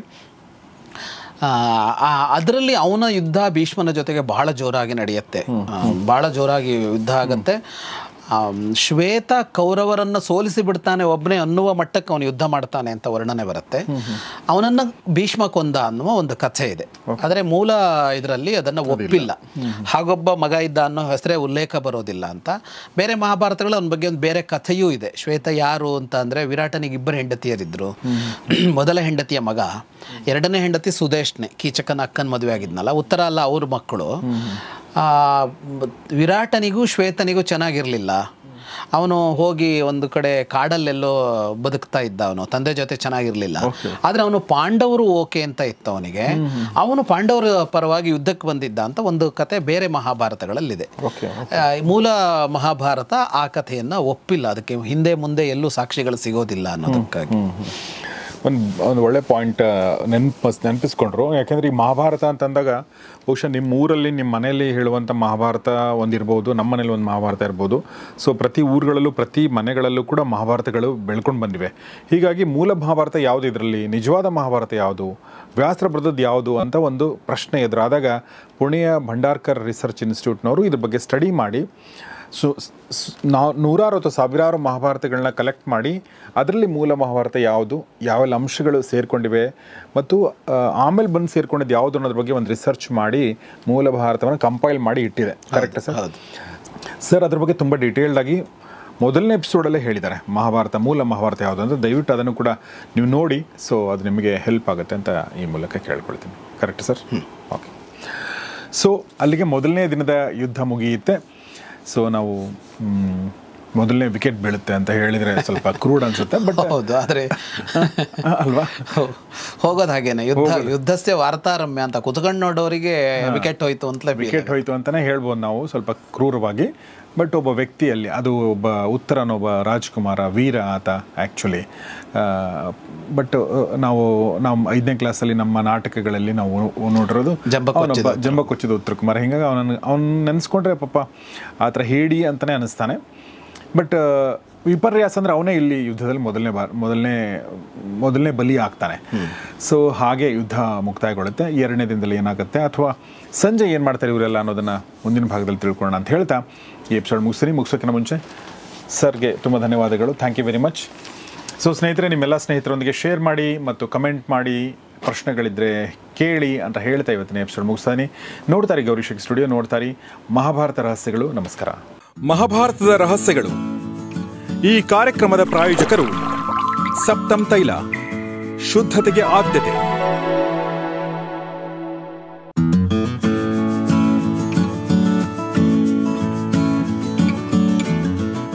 ನಮ್ಮ ಗುರೂಜಿರವರ ಪ್ರಕಾರ ಗ್ರಹಗತಿಗಳ ವ್ಯತ್ಯಾಸದಿಂದ ಯಾವುದೋ ಜನ್ಮದ ಪಾಪ ಕರ್ಮಗಳಿಂದ ಈ ಜನ್ಮದಲ್ಲಿ ದೋಷಗಳು ಸುತ್ತಿಕೊಳ್ಳುತ್ತವೆ.